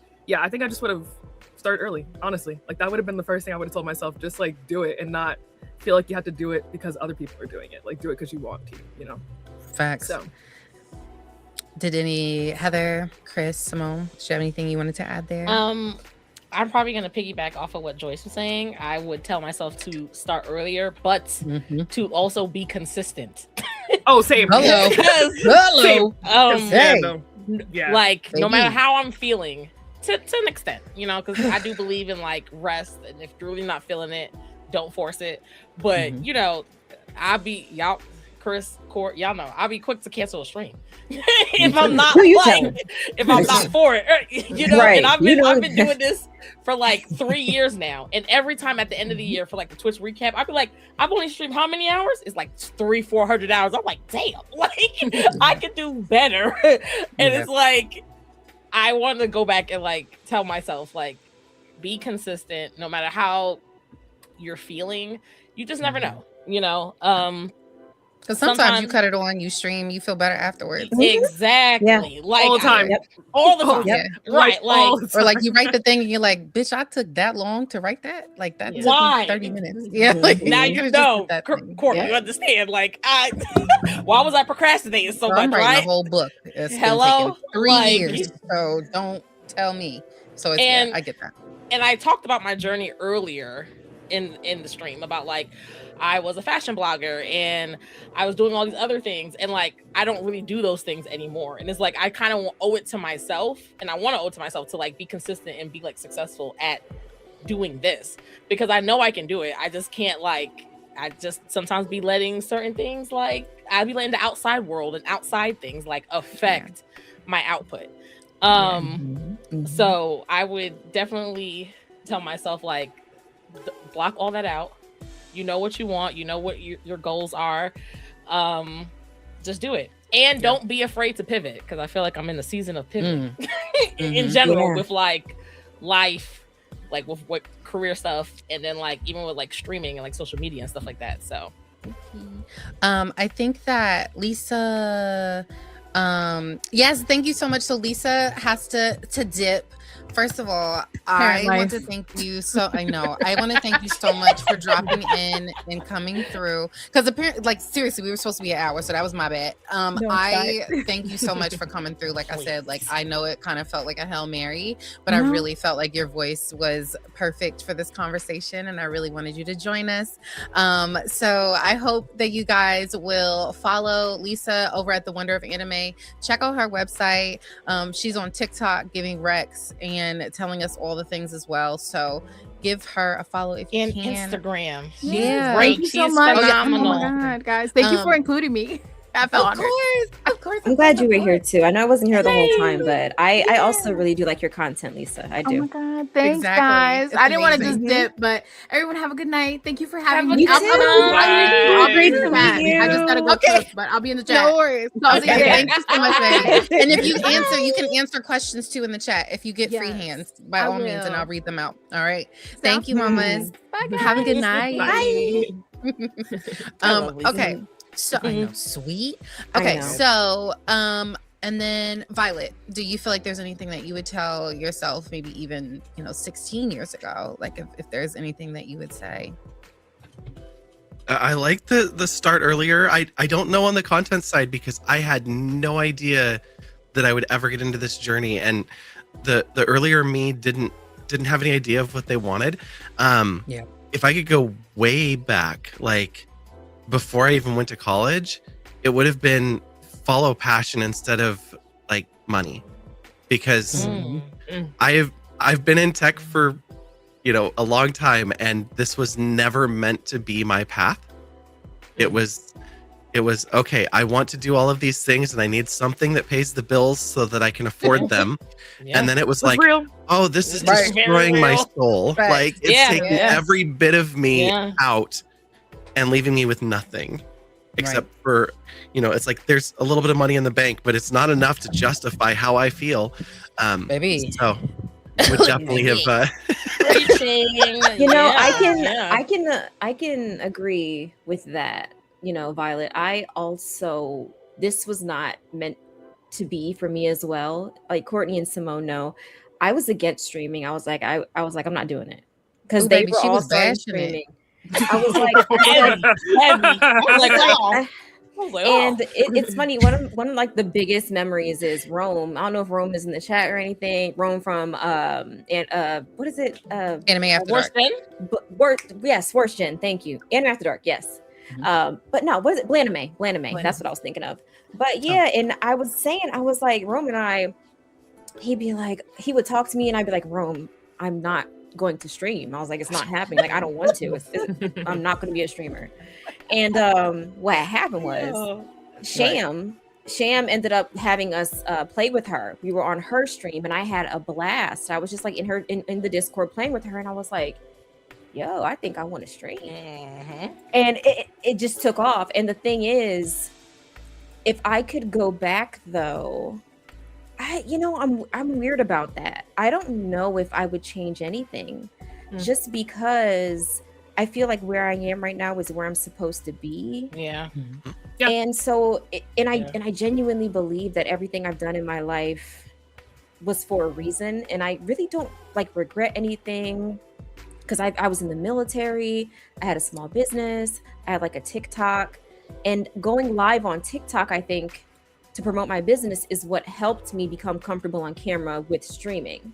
If I had never gone live on TikTok, then I wouldn't, because when I started streaming, people were like, it's so natural for you. They're like, I thought, you were doing this for a long time. I was like, no, I just started. So it's like, I feel like everything though that I've done has somehow like led to this point. And it's like, I've lived a million lives. I've done so many different things. And it's like, I don't know. I think it was all worth it in the end, because I like where I am now. Yeah. I mean, things could be better, of course, right? I mean, of course. Always. I would love to be a Right. millionaire. Right. But yeah, I mean, but it's like I don't know if I would change anything. I don't think I'd be who I am if I did. But Mhm. there's always that little thing in the back of your head that's like, I wish I would have done Ah. that. I wish I wish I would have done this. I wish I would have done that. Right. But not Yeah. anything too extreme. Because also, had I been more consistent. So, another thing, how can I forget this? Back in 2009, when the YouTube beauty gurus started to become a thing, right? 2009 Yes. is when the beauty guru thing took off. When YouTube, Mhm. I wanted to be a beauty guru. And I actually had a beauty YouTube. Oh God.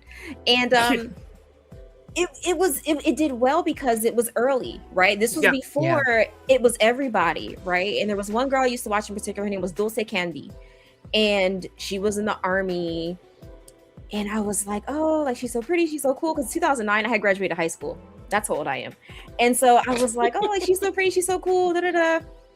And I started a beauty YouTube too. And again, like being on camera. So I feel like everything I've done has kind of helped. And I think if I had stuck with that, I probably would have ended up there, which is Yeah. weird. And my sister, I have an older sister, and she's like, if you would have stuck with it, you could have been like, what's her name? Jackie Ina or somebody, Mhm. you know, if you would have stayed, if you would have, Yeah. you know, she always said that. But I'm glad I didn't. But that I don't wasn't know your if that's thing. the space I wasn't- would want wasn't- to be in, yeah. honestly. Yeah. You know what I'm That's Really what saying? wanted to Like, be. Yeah. yeah, like I still like makeup and the beauty stuff, but I don't wear makeup like that anymore, honestly. Like recently I had to buy new makeup. I was like, what the fuck is all of this shit? Like there's just so It's much so mixed it up. Yeah, like So I was much. like, what my is all of bag. this? Exactly. Right. Yeah, like you would think Heather- I never wore makeup a day in my life. Oh, sorry. Right. Go ahead. But yeah, Heather, not like do where I you feel am like now, put there it that way. Right. Heather, do you feel like there was anything? Because you've been streaming on Twitch for what, 8 years? 8 years. Yeah, I've been Oh, streaming for 8 wow. years. Yeah. Yeah. Is there Almost anything that you would like? decade. Yeah, like because so what happened was That's when amazing. I first started like stalking you, it was your affiliate, I think, anniversary. Like your Oh yeah, 8-year my 8-year affiliate. affiliate Yeah. anniversary. Yeah. And I was like 8 years. So like, is there anything that you would tell yourself or go back and say?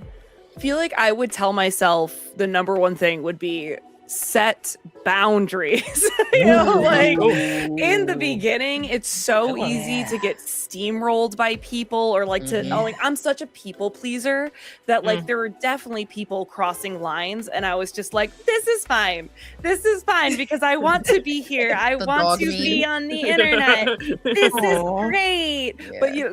you need to set those boundaries with other people, with your community, Oh, but yes. also with yourself. Like I should have set boundaries with myself to like not let it all consume my life, or like to remind myself that I deserve rest, you know, and that Mhm. like it's not something that I earn after I do that thing, you know. So Yeah. really You just need it. Yeah. setting boundaries Wow. with others and yourself, I think is Yeah. something that it took me too long to figure out. Yeah. Wow. I yeah. think for me, like I'm not sure. I think I would agree with Joyce and Simone is like to possibly start early. It's been like, you know, oh, you need a TikTok, oh, you need a YouTube, like you would blow up on this and you would blow up on that. And it's like, you know, sure, but that's not really what I want. Again, like I'm not a very heavy social media person. I don't like people knowing my business. I don't want you to follow a day in my life. So it's very much, it's hard to be a content creator when Mhm. that is what people want from you. Yeah. Right. And so it's like, Yeah. I think the only thing that I would do different is to start earlier because I do have Simone and I have the same exact career trajectory. It's so funny, but like I do have a co-major in journalism, and I do want to get back into broadcasting. And so I think that it's something that I wish I would have did like maybe 3 years ago, earlier than that. Like, so I've been streaming for Yeah. 3 years, but I wish I would have done it like prior to that too, and just been consistent. So even if I did start 3 years ago, staying consistent, because I'm not consistent, I'll be honest with you. And today I was early and on time, and I feel like that should be celebrated. You were very Um, on time. you were That's Proud of amazing. you. We are proud of you. That Yes, alert, my yes. power was out, but I had like my phone in my hand and I could get like the alerts, but I couldn't actually watch. But it went off immediately at 6:30, and I was like, no way. Yes. I was like, this is crazy. Yeah. I'm so proud of So yeah, I feel like I wish I just would have stayed like a little bit more consistent. And to Heather, your point, we did a charity stream a couple years ago with another brand that we used to work with, and my segment was talking about streaming, and that was one of my things was like set boundaries, like know yourself, know your community, make sure that people do not step on any of your toes, because I feel like there's so much, Chris, even your sister, like you should have did this, oh if you would have did this, and it's like, hey, but I didn't, right? So it's like, and now So we're stop here. bringing it up. Exactly. Yeah. What are we Bring doing? it up. Right. So it's just, yeah, I feel like it's different. So one of the poll answers, we had a multiple choice that was women in every industry are constantly made to compete with one another. 90% said that's true. 10% says that's false. Baby, you could look at Nicki Minaj and Cardi B, and Exactly. that's your answer right Yeah. there. Like That's a perfect example. every single woman in every single industry is pitted against Always. one another, and it is absolutely disgusting. And you know why? Remember It's when we because, started the Corner 5? I mean, like it was, and so I was the first to stream out of the 5 of us, and then we all started streaming. Fi reached out and was like, hey, we should all stream together, da da da da. And everybody was like, well, don't you feel like you're in competition with each other? And don't you feel like, and I'm like, no. Like, I was like, what? But I think it's No, because, right. like, again, and sorry to the men out there, but another jab. I think it's because men tend to always want to compete with each other, right? Like, it's Yeah. always a competition. So, like, even if Yeah. something, even what happened in the sports ball recently, where that guy beat Kobe's record, Oh my lord. Bam. and it just like became this thing, and it was like, why are y'all upset, right? Like, it's like, why are you doing this? It's Mhm. like, I don't understand why there's not room to be celebrated in all of the spaces, because Yeah. not everybody is the same, right? And No. Right. I think that, like, even with the 5 of us, not all 5 of us, we have things in common, but we're not the same. And so it's very interesting to see how the streaming industry works, because I do feel like we are meant to compete with one another, to be on the main stage, or to, I don't know, sometimes to get in some of these groups, right? Like, I'm not saying the guilds, because that's a process, honey. I don't know how those 2 girls of the women's guild are maintaining things, but bless their souls. But just to get into these other groups, right? Like, you have these streaming collectives, or you have these streaming groups where it's like you kind of have to compete to be in them. And they're usually not ran by women, but you have to compete to get in them. And I think it's weird. So that was our poll. Does anyone need to take a break? I know we've been at it for a while. Does anyone need any water? We're feeling good. Temperature checks. All right, sweet. Okay. So we're going to move into culture, representation, and legacy. So it's so funny that Violet mentioned passion. My first question is passion versus purpose. Is there a difference? I'd like to know if you feel that there is a difference between pursuing your passion and stepping into your purpose. If you do, let me know why. If you don't, also let me know why. I don't know. I feel like sometimes, I feel like my whole career has been about my passion. And I think I'm finally starting to step into my purpose. Whether that's like utilizing my voice in some things, or like physically or whatever. And so I find that I think they're a bit different. I'm just not sure how different they are. But if anyone wants to jump into that.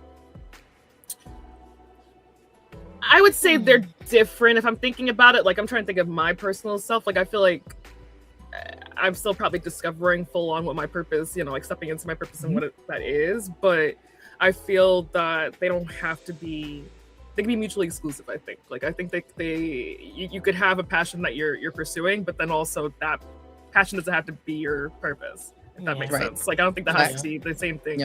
So, I think that's just more of like that's more of a journey for me. I think that's still happening. So, but baby, you're turning 30 soon. You'll find out. It'll come soon enough. Yes. It literally hits at midnight. I'm a late birthday, so I got a while. But here we go. But it hits at midnight. I'm telling you, like, there's something that shifts when you turn 30, and I kind of feel like maybe that's why I feel like, and Belle said that I'm stepping into a new season, and I feel like that's probably what it is that I'm getting ready to turn 40, and I'm just feeling a little bit different in terms of like how I view, like, not only myself, but just like where I want to go, where I want to be. The type of people that I want to surround myself with, like that kind of stuff. Not that I surround myself with a lot of people, but I do feel like there's a shift in the viewpoint of what grinds my gears in a good way, and like moving forward with that. Simone. I don't know, honestly. I feel like I'm still trying to figure out my purpose, and you know, I'm in my mid-30s, but like your journey's your journey, and you know, I've dealt with a lot, you know, Courtney and Chris know, so like a lot of things that I still need to like kind of like figure out, and I feel like I am in this space where I do need to kind of like, where I'm like second guessing things and guessing things about things in my life. And the last time I felt this way, I moved to Chicago and went to pursue my master's. I just made that decision at like 26. Like I had like an early quarter life crisis. I had a quarter life crisis. Yeah, like so. I'm kind of like trying to figure out like where this is gonna take me. But I've just been like pursuing my passions. And a part of me kind of like, maybe I should stop pursuing my passions a little bit and kind of like, because I'm kind of in a space where I want to like switch my career a little bit. Like, unfortunately, I feel like I do want to go where the money resides. Unfortunately, it's not bad though. I mean, we gotta do it. So it's listen, you know, I like stuff. We live in a capitalist society. We do. So like I I'm like, I'm doing my passions and my job pays me well, but you know, it still lacks certain things like that I need, because I freelance, right, essentially. So you know, I get no benefits and all that stuff, and with this regime and all that stuff, I need to like get it together. So have a more like grown-up corporate job or something of that nature. So but I know for some people that it's not easy for them to like always pursue their passions. I'm lucky enough to like do that, and I feel like I'm still like pursuing my passions like socially online anyway. So you know, but I think for me is like I always thought of like passion and purpose kind of like separate in a sense. Like just because, like Joy said, just because I'm pursuing my passions doesn't mean like that essentially is what it leads into my purpose. It might be something different. And I feel like sometimes a little bit my purpose could be like bringing a lot of people together and like community building, because those are things that I enjoy. So like I'm a little bit of a dot connector in a sense. So you know, but I'm still like trying to figure it out. I have 4 more years. I get that, Simone, because even I'm also in my mid-30s, and even I'm in a weird place though, you know, like I'm like essentially retired, I guess. So it's like, because I get my veteran pay and stuff, and so I'm also in a place where I am fortunate enough to either not work or like do what I want to do. So it's the same for me. It's exactly the same, Simone. Like I really don't know what my purpose is or what my passion, honestly. And my passion that they change all the time. I was just it changes. I'm a multi-passionate person. I'm overly passionate. And so that's why I was saying, you know, like I don't know, and I'm literally just trying to take things day by day. But I also I do see them separately as well, though. Violet, but you mentioned that earlier. You're the one that as soon as you said it, I was like, yes, exactly. Like I got my thought. Right. We're segueing. Segue. No, it was interesting. It was actually a former boss of mine that kind of triggered that thinking for me.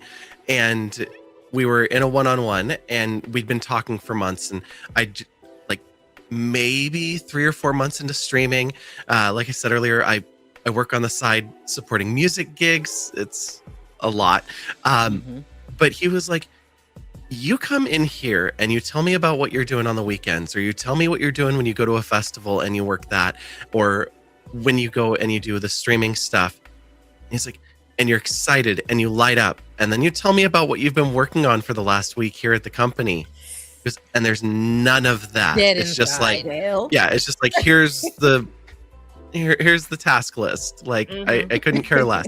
And he was like, how do we bring some of that over here? And I was like, you know, I don't think you can anymore. I don't think that these two worlds are meeting anymore. And you hit on purpose and passion, and I was really thinking through that as you were all talking, because I don't know for sure that I know my purpose, but Yeah. when I think about what I keep coming back to, what I keep doing is it's always supporting others and kind of finding ways to lift people up or finding ways to conquer technical issues, the how-tos and just being there to make sure that things happen. So when I say that I support music events, like I work with pop-up concerts, or I'm an MC, or I'm helping with the band merchandise. And the thing that I love most is standing in the back of a room when the concert's happening and seeing everybody dancing and having a great time and knowing that I had a piece of making it happen. Yeah, I it's love like it. I love it. I helped make a space where all of these people could come together and have a good time. I don't need to be the person in the spotlight all the time.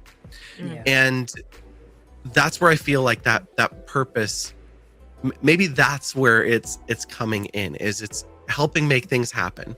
Yeah. And then on the passion, it's being at the concert, it's playing the games, it's hanging out with the community and continuing to build. So there's a little bit of a separation, but they definitely cross over a lot. They be in there. Do you feel that way too, Heather?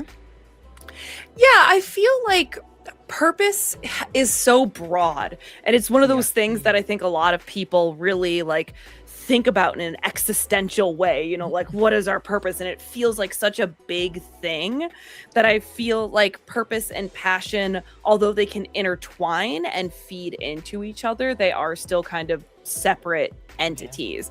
Whereas like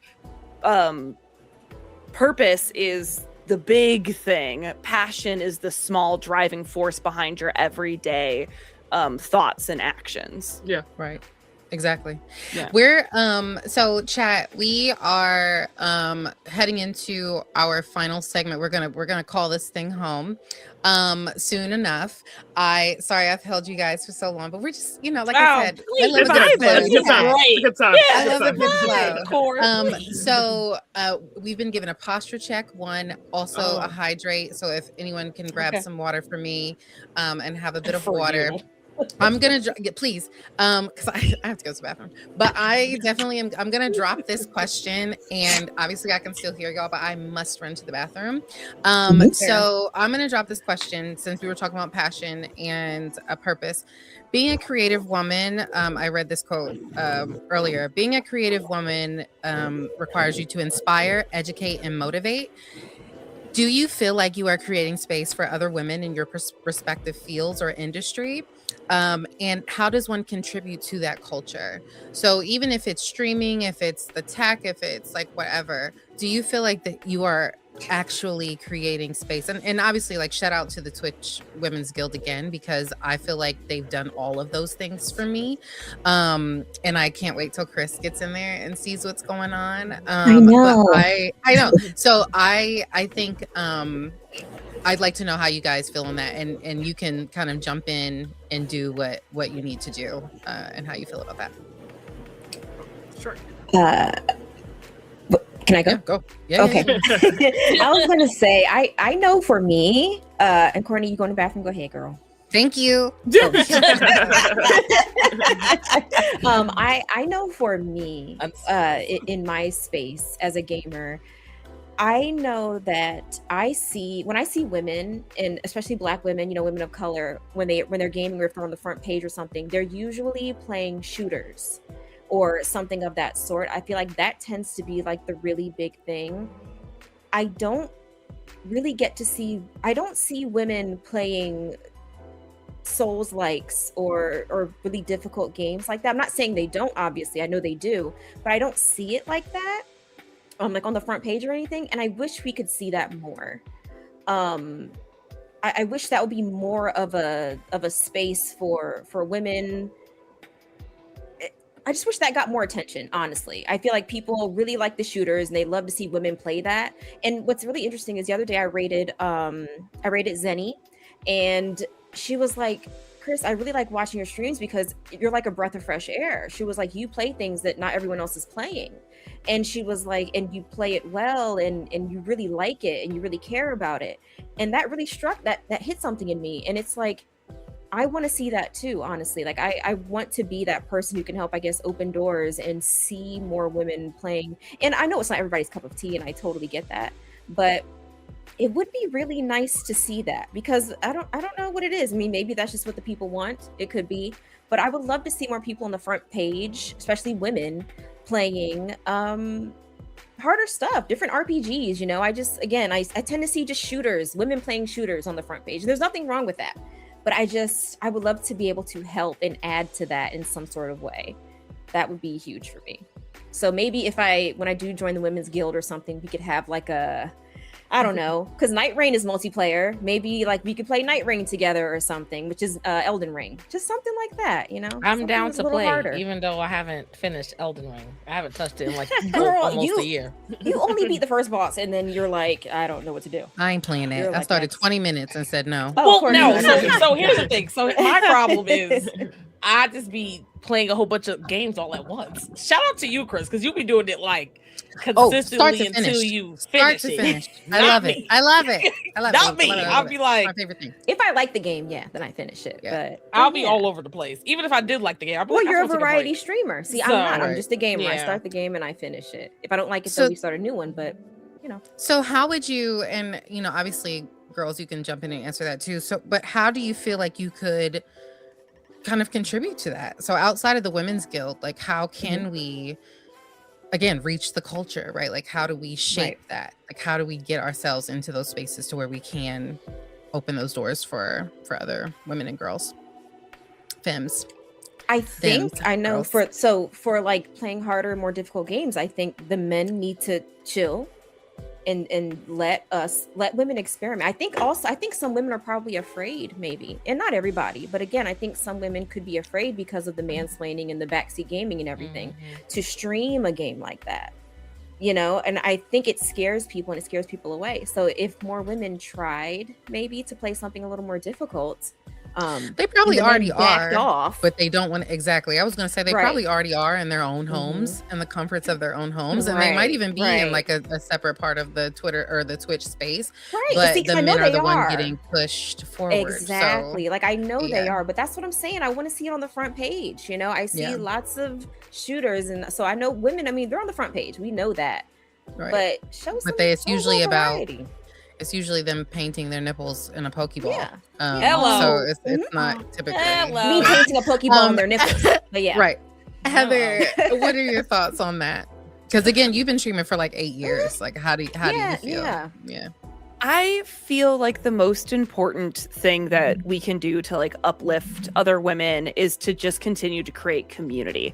Community is so powerful, and even just taking the time to build the community and then letting us take up space, you know, and like just putting ourselves out there. But I think community is such a strong thing, and I think oftentimes people try to frame female community as like, oh, well, she's just being fake. It's so easy, I feel like, for people to especially project that onto women and femme presenting people, because it's like people are just so used to that image of a woman smiling, because we're just supposed to smile, and then we're told that's fake. So then when we reach out and try to create community, it's like, oh, well, but you need to create real community, not be like fake. You can't just be everyone's friend, but we can be. Like, who says I can't just be friends with people so that sorry I to cut you off, Heather, chat but with all the literally time?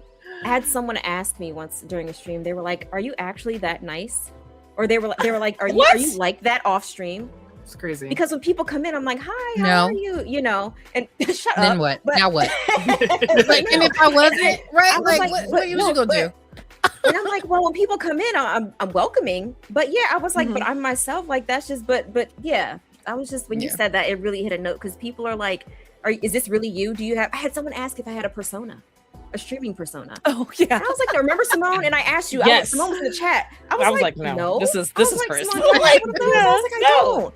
But yeah, so no, Heather, you're totally right. I think Yeah, they're just used to like streamer, like the bigger streamers, and like how other people are just like fake, and really like all fake. Yeah, because I'm know? welcoming. Like when someone comes in, I'm like, "Hi, thank you." You know, I mean, but I'm both things. I'm mean, but I'm also really nice. Like I'm a person. Yeah. Oh, Yeah, So- like emotions. So Heather, I'm Yeah. sorry. I want to get back Yeah, to and I'm what sorry to cut like, you you off. were saying. Oh, yeah, no. Yeah. I definitely I had that one my notes about, building community, and do you feel like the guilds have helped you to kind of bridge that gap where you've obviously built your community in streaming or like on Twitter or social media or whatever, but like obviously you meet different people when you join these guilds. Do you feel like that's a way that you've also been able to kind of get outside of your comfort zone in your communities? And Violet and Joyce, you can answer that as well. Yeah, absolutely. I love the guild for that. Like, Yeah. if anything, I wish when I started the guild, because I've been in the guild for like 3 years, about like 2.5, 3 years now. And at first, when I joined it, I kind of put myself in the back seats because I was like, I know I need to build community and like continue to reach out, but this is just also intimidating. And like, I had to get over the imposter syndrome of feeling like I don't belong here. Wait, hold on. Why am I actually here? But the only way we're going to create community and create these spaces is being the person who does it. Yeah. So, Facts. and Yeah. the guild gives us a place to be able to do that and build even micro communities within a bigger community. Yeah. Oh, Yep. I can't Facts. wait to join. Facts. That's how I feel about being in the guild. I'm in women's Yeah. and the black guild. I've been in the women's guild for a couple months. Yeah. And I don't think I've even introduced myself. It's also intimidating. I'm just That's like, how I feel like I'm gonna be. I'm like, I feel like, but I feel like there's a way, like But- when you get into any community, right? Like I feel like you kind of have to feel out the things. Yeah. Now, me, I come up in there and I'm like, what y'all doing in here? But I do feel like that there are, moments where you kind of just have to feel it out, right? Like, what is the vibe? What's it gonna give? Like when I first joined, I did just kind of like lurk around. I went to the events, like I kind of wanted to like check out and see how everybody was. Is this like very PG? Like what are we giving? Right, And yeah. I do feel that again, it was one of those things where it was an automatic kind of welcoming feeling. So I didn't feel the need to dim any of that. And I just hopped right in. Violet, what are your thoughts on that? It's been a really good experience. Obviously, the guilds have offered a lot of opportunity. With the last week, there's been a lot of highlight on some of that, so not always positive. But it's been really good. And for those who were either new to it, me fighting back like, because the guild be doing this and this and this. exactly. And there were so many people that wanted to do that. And yeah. I mean, Yeah. that's why it was such a passionate discussion, because there are people that look at it and they think, oh, well, it's just this thing. And they've looked at a small sliver of it and not really dove into what is happening. Because what came out of those conversations and those arguments was, hey, let's get a bunch of people who just love horror games together, and let's either discuss horror games or find some co-op ones and have some time when all of us can just get together and play. And it doesn't have to be just these little pockets of yourself out there isolated. Let's join forces and see what happens. Yeah. So that it's able to turn a conversation like that into something positive has been amazing. And hearing, for anyone who hasn't jumped in yet, who hasn't applied yet, if fill out your survey, apply, and see if you get in. They won't tell you no. They'll Just wait take and tell time. you yes Wow. when it's Yeah. Yeah, this might be it might be a while. Yeah, it might be a a year. few, wait, a too. few what, Yeah. Joyce? A few what? Right. It might be a few what? It might be a little while, just to be honest. But it's like Yeah. there's some friends of mine who are applied still the other waiting. day. Yeah, there's So, still yeah. there's Oh, friends of God. mine who are still waiting. So it's It takes a Yeah. while, and like I said, there's two women doing like guiding that running thing, the- and like running the even whole though, thing? yeah, and like even though Violet and like other mentors are in there, just kind of like making sure things are, and you could talk about it more, Violet, if you can. I don't know what y'all's like little NDAs talk about, but I do feel that it's there are people kind of like organizing things. Like one of the girls that I'm gonna have on my stream in a couple of weeks actually is another mentor, and I see her sometimes just like, hey guys, there's an event happening here, there's this happening, there's this and this and this. So they hop in and they kind of like are kind of mods essentially, but there are two women who are just like running this whole thing. And so I feel like now that I'm in, I'm like, I see why it can take so long. I see why it can like, it's not necessarily you can't get in this. It's more so like we already have a lot of people in here and we're already trying to manage this the best way that we can as it is. Yeah. That's Yeah, understandable. it's a waiting room. It's like a waiting Yeah, process. there's definitely a applied. waiting room. Yeah. I was gonna Yeah. say, I mean, and it's my fault. I should have applied when y'all did. Oh baby, you was talking But at big the shit. time- You didn't want at the to. time, You I was didn't like, want to. it You was. didn't want to. She I was You didn't like, want didn't to. I was like, no. Right. they do it in big waves. Right. But but when I Sorry. applied, like No, it's they okay. tell you not to do this, but like I think I applied again. I Like applied once you twice. apply, like I once you applied apply, you apply, like you're supposed to wait. But I applied again, and then like I To just be got it fair, like late last year. So we applied. I Yeah. applied again because I couldn't remember if I applied. So Right. that's Yes. how long it was taking. And so it was like, I'm just gonna do it again. yeah, So Yeah. so Violet, I'm sorry, you were getting ready to say something. Well, what I was going to say is that there are some misconceptions around the community specialists and the mentors and kind of our roles within the space, because we're not mods. Yeah. Oh, You know, nice. the decisions on who comes in, that is not like, none of us have any power over that, and it's not meant to be like an elevated role over anybody else. We're there as mentors because we have some experience with something that we can share, and that's the idea, is that we're there to share that expertise and just get that knowledge out, because we don't want it to be gatekept. Mhm. In the case of the Women's Guild, there are guild guides who are there to help people navigate around the guild and take some of that edge off, because when you walk into a new space, like you said, it's thousands of people and conversations flying over all sorts of conversations, from the narrower identities where intersectionality comes into play, to specific topics around games or events and things like that. And as a tech mentor, like, my main focus is breaking down technology barriers. How does your sound Ooh. work, and what equipment are you using? What cameras are you shopping for? Violet, I met you OBS too late crash. in life. Come on over. You know where to I find know. me. That I helped us never save leave some that voice money. chat. That's Could have helped us a long time ago. Yes. a long time ago. But I'm Man. sorry. But as someone Go who ahead. just learned how to use Discord like last year, Hello? Discord is so intimidating. It So, can like, be, I- yeah. Yeah, But it even can be. still for me. I was gonna say though, Violet, too, like Chris, they have like I don't know what they're called, Violet, but it's like they have navigating space. Like they'll do an event where like they'll kind of walk you through how to use the guild like once a week Yeah. or something like that. Yeah. Oh, So The orientations, Yeah. they're So that's they're how I regularly discovered there how to use for new members, but yeah. they're determining when they are, but they're trying to do I think at least a couple of them a month. Yeah. As new members come in, they do them a little more frequently, and then they stretch them out a little bit after that. But even if you've been around, popping in and finding out like what's new in the guild and Yeah. what has changed since I joined, it's a great way to get there, and it's a nice icebreaker to meet some other members as well in a little more casual Yeah. space.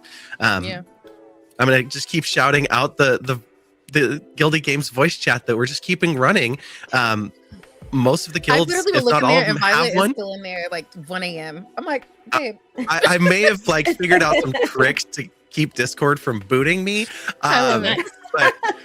But yeah, we're keeping it going, and it's also nice because since there aren't a ton of people, it's not like they look up and there's 30 or 40 people having a conversation. There's one or two Yeah. people off on microphone, and Yeah. I've had people pop in where they're like, "I've never chatted in one of the guilds. I feel really intimidated here, but I saw that you were sitting here, and I thought, you know what? I'll give it a shot." I'm gonna say hi. And say hi and see what happens. And next thing we know, it's 2 hours later and they've signed up for a raid train, or they're talking to somebody about a game that they're passionate about and getting ready to do a collab. And it's like, I love it. that's what it's Exactly. about, Yeah. is just, Facts.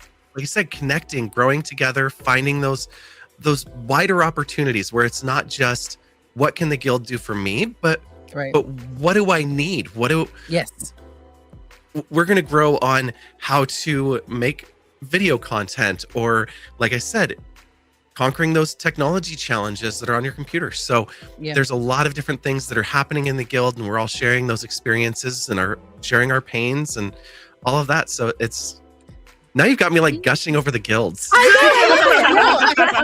you should. Yeah, no, because like that was the thing, is like I I was one of those people that kind of didn't know how to utilize them. So like, Yeah. even though I was in both of them kind of like for the past year, I didn't realize what was there, right? Like I didn't realize that because again, like you kind of look at him, and me and Chris both were just like, what is it like? So you just in there talking, like, what is this? So when you guys, I had my first like orientation one day, it just popped up on like my alert, and it was like, oh, come through, we're talking about how to navigate the guild and da da da da. And I jumped in, and I was like, oh, like this is actually something that is more for resources, right? Like it's, and not necessarily just, like how can I make money or how can I do XYZ, but just like a place to find, like Heather said, like that community, right? Like we all have our own communities in and of themselves, but it's just having to also not feel pigeonholed to like, oh, now we have to be friends, right? It's like, no, this person is also here to kind of like help me out, right? Like there's no pressure, I guess I should say. And if you do become friends, for me. Right? Like if you do become friends, that's awesome. Like I scary do feel for great. me. That's see, and I'm so glad, Violet, that you were gushing over the guild, because I think, and I can relate to Lisa on this. I'm also a mother and a wife.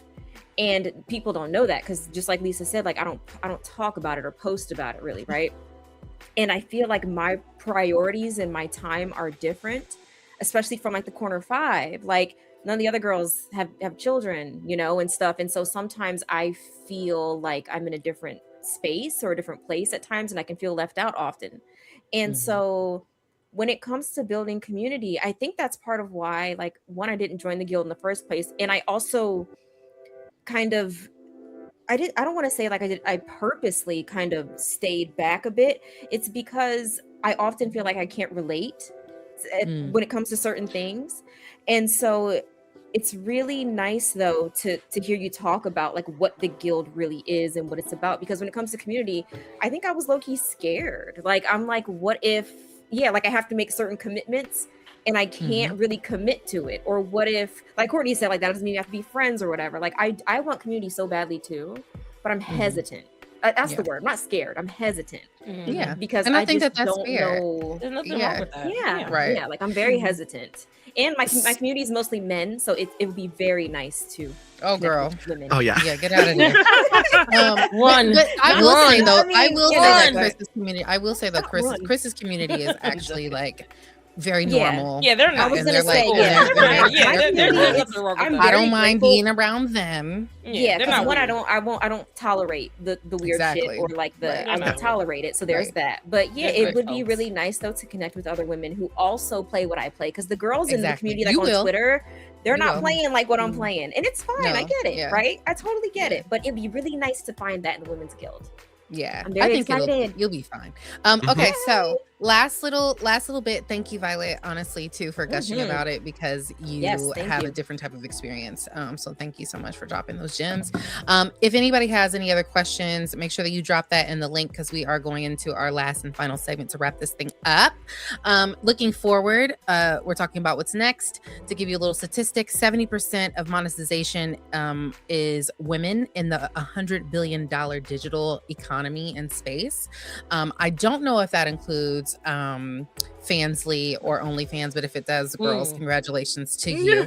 But I guess like my last, I guess I have two, but my last real question is, how do we go from performing to being in these spaces as women?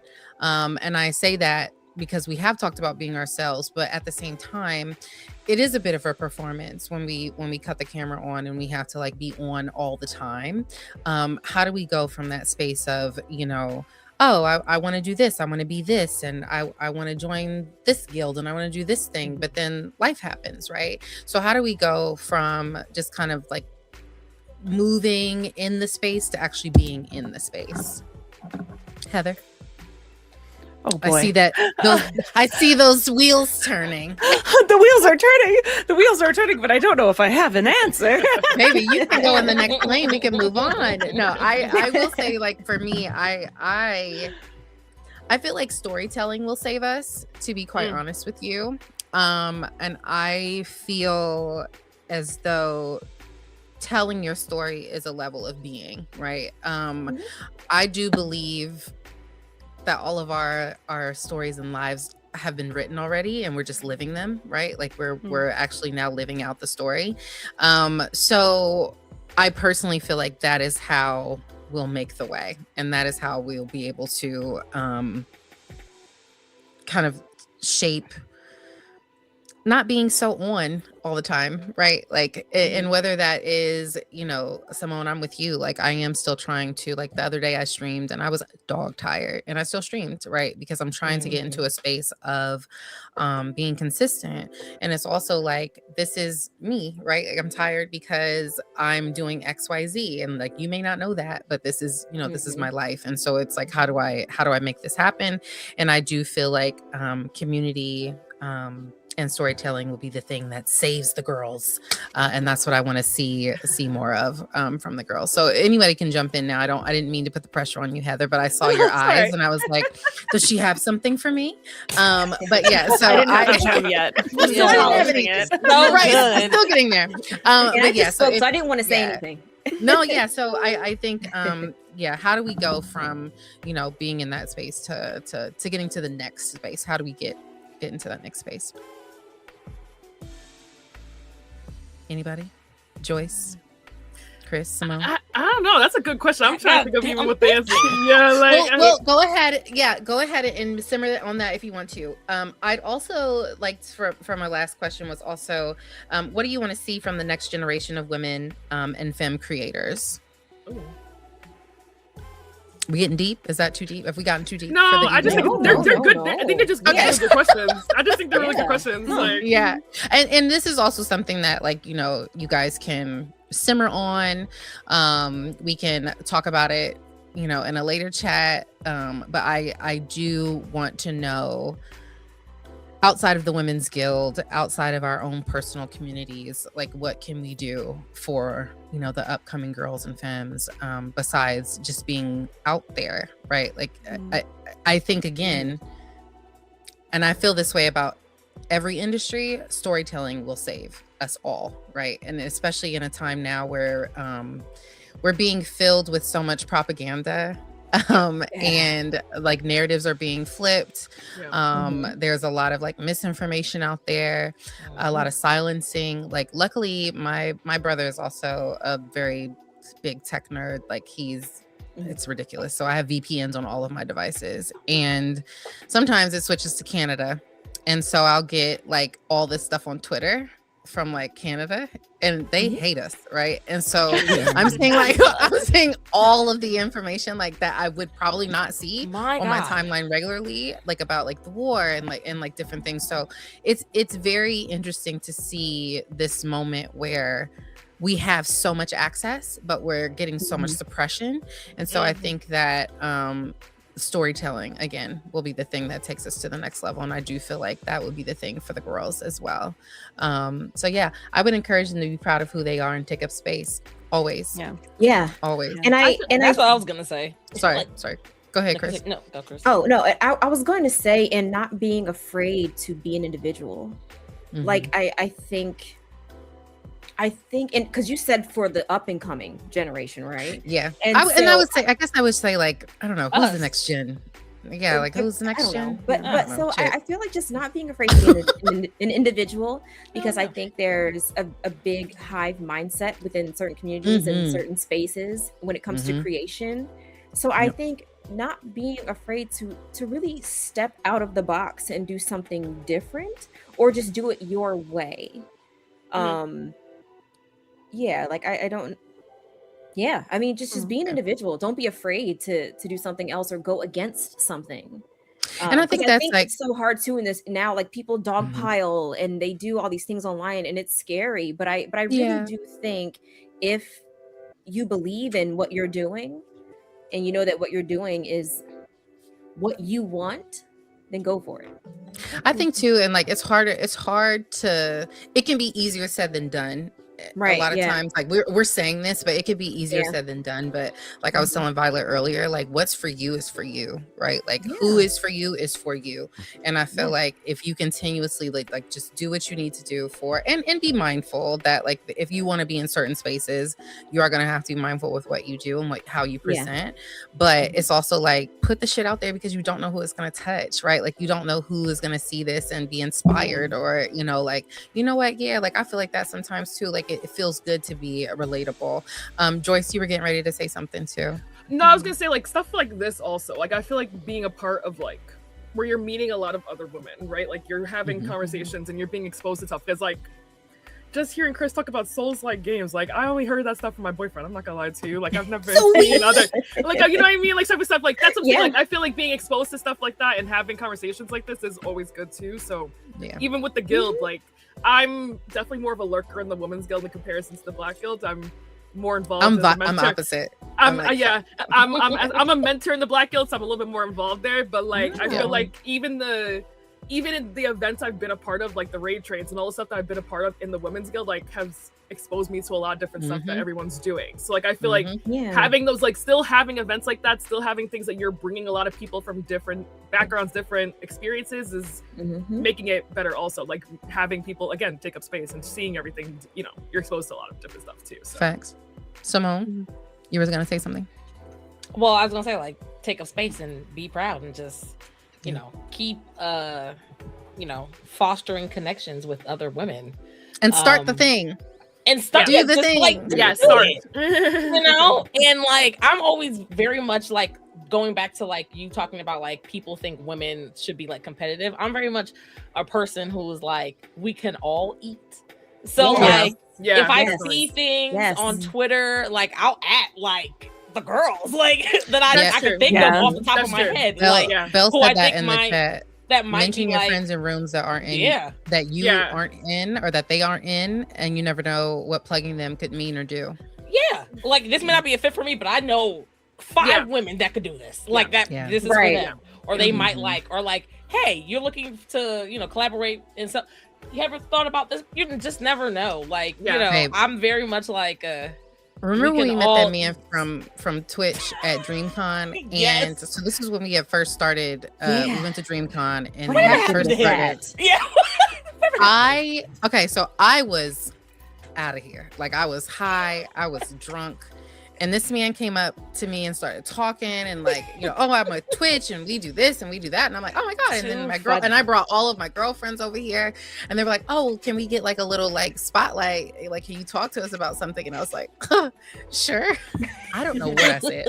I know for sure I was gushing about all of you, but I don't know what the hell I was talking about. But I do know that I put my girls out there. I don't know if it did anything, but hopefully it did. And so you just never know who's listening. You never know what's gonna be dropped. Exactly. You never know who's like lurking in the streams or whatever. So I'm always like talking about the Corner 5 and like other like women creators that I am fond of and that I enjoy their content. So like you never know. I feel like that's how you continue to like build legacy. Kendra. Good. She said you remembers the convo. It wasn't bad. Nice. I also am a big proponent of like encouraging others. Like I feel like I'm always like trying to bring people up with me, if that makes sense. Remember, Issa said it's a lateral movement. Everybody network up. Because a lot of people in my community have started streaming this year, and they always tell me like, "Oh, it's because of you." I'm like, "Don't say it's because of me." Like, I don't like having that on me. But it happens. I'm like, you guys, like, it's like I just want more of us to like feel like they could do it. Like you don't just just starting it and doing it. Like that's what it is. Facts. Yeah. Violet, any thoughts? Where'd my brain go? It was there a minute ago. I was gonna ask Heather, but I didn't know if we were still polishing. No, I think I had something to add. If whoever's ready. Well, I was gonna go ahead, Heather. No, you go ahead. You had. Okay, fine.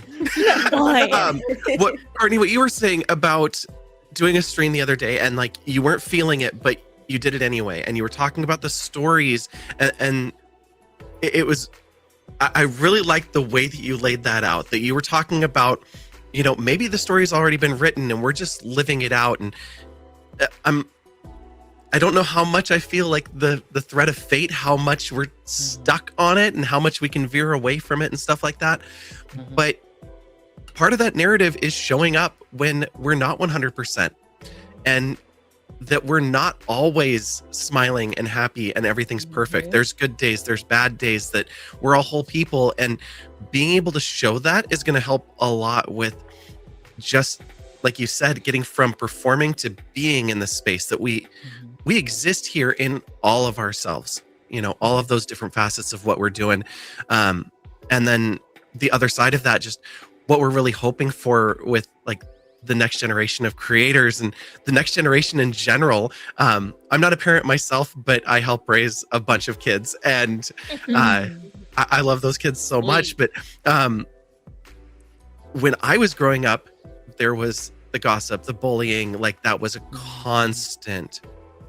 And I don't see any of it in these kids. And so I am just like really hopeful. Awesome. And I hope that camaraderie keeps going. Like within the ones I've got, it's 5 of them. And they range from, the oldest is 14 and the youngest is 6. And like the 2 younger ones, I mean, they're boys, very, very much boys. And rambunctious. Yeah, everything that you expect just from hearing that description and nothing else is exactly what they are. But the others, it's like gender variance and understanding of other communities and being supportive of their friends who have gone through hard times at home and coming over. And just, I remember the first time some of their friends showed up and me being there, and they're like, wait, it's someone like me, like, okay, this is a good place to hang out. And that it wasn't what they were seeing at home in their own parents. And so that there is a lot more variance and like just us being out there is showing a different experience and creating that avenue for other people to kind of step into it and be a little bit more open, maybe a little bit more ready than we were coming into these spaces. So hopefully it's that's so what we can keep different. doing. It's so different now, right? And it's like, they're calling it the woke era, but it's like, it just means that we're not ignorant anymore. Like I just, you know what I'm saying? And I think we're it's, human beings with feelings. Right. The kids are all right. You know what I mean? And I do feel like the kids are all right. And I'm very glad that, you know what it is too, is like the kids are being raised by millennials. And I feel like we were like the generation that was told that we could be anything that we wanted to be. And we actually believed that bullshit, right? Like, and so that's why we're so delusional. And so, sorry, Joyce, I don't know if you're a millennial or not, but I like the cusp, from the cusp. Yay. Okay. So, but like, so I feel like we took that to heart, and then like a lot of the parents have instilled that into their kids, right? And so I like that the kids are seeing someone that looks like them and like feeling safe, because I also feel like that safety is important too. Yes. Was that what you were going to say, Heather? Yeah, that was the point that I was going to bring up. That like my number one, gym. the number one thing I feel like I hope for the next generation of creatives is that they do feel safe. Like we're telling people, we're saying right now, like be yourself, be authentic, put yourself out there. But people aren't going to do that if they don't feel safe doing that. You know? And I don't have a solution or a way that we can create space that is safe for women creatives, but I think that's like a bigger problem that we really have to tackle, that's at the heart of that, because no one's going to be their true selves if they are going to just exist on the internet and have the foulest stuff in their DMs for just existing on the internet. I'll tell you what, honey, turn those DMs off. I turned mine off because I got a picture of a micro in my DMs, and I was like, okay, that's enough of that, right? Like, I think I was like on my Twitter for like a week, and I was like, this is crazy. So turn those DMs off. I will say that too. But Heather, I agree. I think that at the core of it, having spaces like this to make other women feel safe, and just understanding, like, that was why I wanted to have so many mods in my chat tonight, because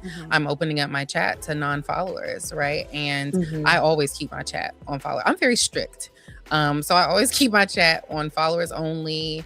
You got to have an email, a phone number, like there's all this different stuff. And so I opened it up and I was like, yo, I want to make sure that my panel feels safe. I want to make sure that their community feels safe in my space. And I think that the more that we open up our spaces is how we'll be able to do that, right? And like, even if it's just to have a panel, or even if it's just to have a little kiki or a chat, right? Like, we don't have to go out and have brunch on Sundays, but I definitely think that it's more about like giving yourself the opportunity to say, hey, I love collaborating with you. I would love to like hang out with you, and maybe even not even on a stream. Like, maybe we can hop in the Discord and do something in the Discord. I have ADHD. I need other people around me in order to work better, right? So it's like we do those co-working spaces, or I'll hop into Simone's Discord when they're doing, I don't know what they're doing in there, playing Rivals or something, and I'm not doing anything, but it helps. For some reason, that helps me, and I get my work done, right? So it's really, I think, about opening up our own spaces, to let people know that to let other women know that they're safe as well. Well, my girls, we did it. Yeah, that was it. That was all. Great. I kept you for an hour and a half longer than I meant to. It doesn't matter. It doesn't matter. That's always going to happen. I know. I am so sorry, but honestly, you asked really good questions. Thank you. You did. You did really good. Thank you. And that was the thing, was like, I wanted to make sure that we touched on a lot of these things that like we don't necessarily get to talk about live, right? Like, again, we have the guild, we talk about these things amongst ourselves, but we don't normally have something where we could just kind of sit down and talk to people that we've never met before, right? And like actually kind of get different opinions. The best type of, and we talk about this like in my management summits and stuff that I used to have, was like, the best type of workspaces have different, because they're so diverse, we have the best ideas. We come up with the best things. And I figured even if we thought the same, we would still have different mindsets regarding certain stuff. So let's go ahead and do some last minute pubs, shout outs, etc. I will start with Joyce. Joyce, where can we find you? Are you working on something right now? Give us your socials. If any of my mods in the chat could give shout outs as we go through these tonight, that would be very, very helpful. If you had any other questions or concerns, whatever, I'll leave that link available, and we can go through them on my next stream on Saturday or something. But yeah, Joyce, give us your stuff. Yeah, so you can find me Purple People 04, most of everything, Twitter, Twitch, TikTok. TikTok, I think it's Perp People, because I couldn't do Purple People for some reason. Nice. Like, someone had that. But and the reason is because I'll tell you quick lore. Purple People was my Tumblr name back when I was in high school, and I thought I was I thought I was like mysterious. I thought it was because of Twitch. No, it was mysterious and everything like that, and I didn't think I was ever going to stream, because my Instagram and all my social media, YouTube and all of that is It's Joy My Life. So I didn't think I was going to stream, so that's why I did Purple People on Twitch. And then when I actually started streaming, I was like, you know what, I'll do something separate, so it's not the same through everything. So that's what I have. But yeah, Purple People 4, It's Joy My Life. Currently on Twitch, I'm doing a Sims Love Island series. Exactly. We were supposed to talk about this. Oh wait! So if you've ever watched Love Island, that is what we're currently doing. I just did an episode last night, so if you feel like binging, I've only done 9 episodes. It's not too long, but yes, this is my third season of doing it, actually. So it's my third time doing it. My community love that. I love it. My community submits Sims for it, so like they get very invested in what their Sims are doing in the villa. Everyone messes up, hooks up with each other, slaps each other. We have a mess. We have lots of mess that goes on. That sounds really cool. And like I said, we're about to start Casa Amor, and if you guys have never watched Love Island, that's when they bring a whole new set of people in. So we're about to do that. That's like next week-ish that I'm about to do. I love it. Yeah, Chris, let me go over there right what now. you got going on, babe? Chris, give us your tea. So I'm Chris. at Chris Matarame pretty much everywhere. I have Instagram, but I don't use it. But I'm there if you want. I'm on Twitter, mostly Twitch every Monday, Wednesday, and Friday. I would say 4 p.m. Eastern has been like the time that I stream. I changed it recently. And baby so is on time. Hello. Lately, it's been a little 4:15. something ish. 4:15. Because I got I to feel like camera that's and these cool. lights. Be And late I'm sometimes. messing I'm with like, is it. Chris streaming? I know it's been a little rough. But I'm it's switching the crazy because times. if Yeah, Chris no, is I like know. 3 or 4 minutes late, it's like, is she okay? But my girl is telling you. military time, like literally. telling you. Yeah, on time. usually I yes. love If it. everything is set up and good, yeah, it's 4 p.m. on the dot. But yeah, so I stream on Twitch. I'm currently playing Neo 3, which is another Souls-like. It's been whooping my ass, but I'll be continuing that on Friday, I believe. Well, tomorrow then. Yeah, tomorrow, 4 p.m. Eastern. I believe I'm gonna be walking into a boss fight. Pretty much. I stopped after another boss. Really hard. That shit's really hard. But yeah, but I did just get a code for that new game. What's it called? I'm so sorry. The one 1408 1438 1738. no, hold on. Yeah. 1348 I'm X done. Voto, the one where Oh, nice. yes, I've the heard of that one. Yes.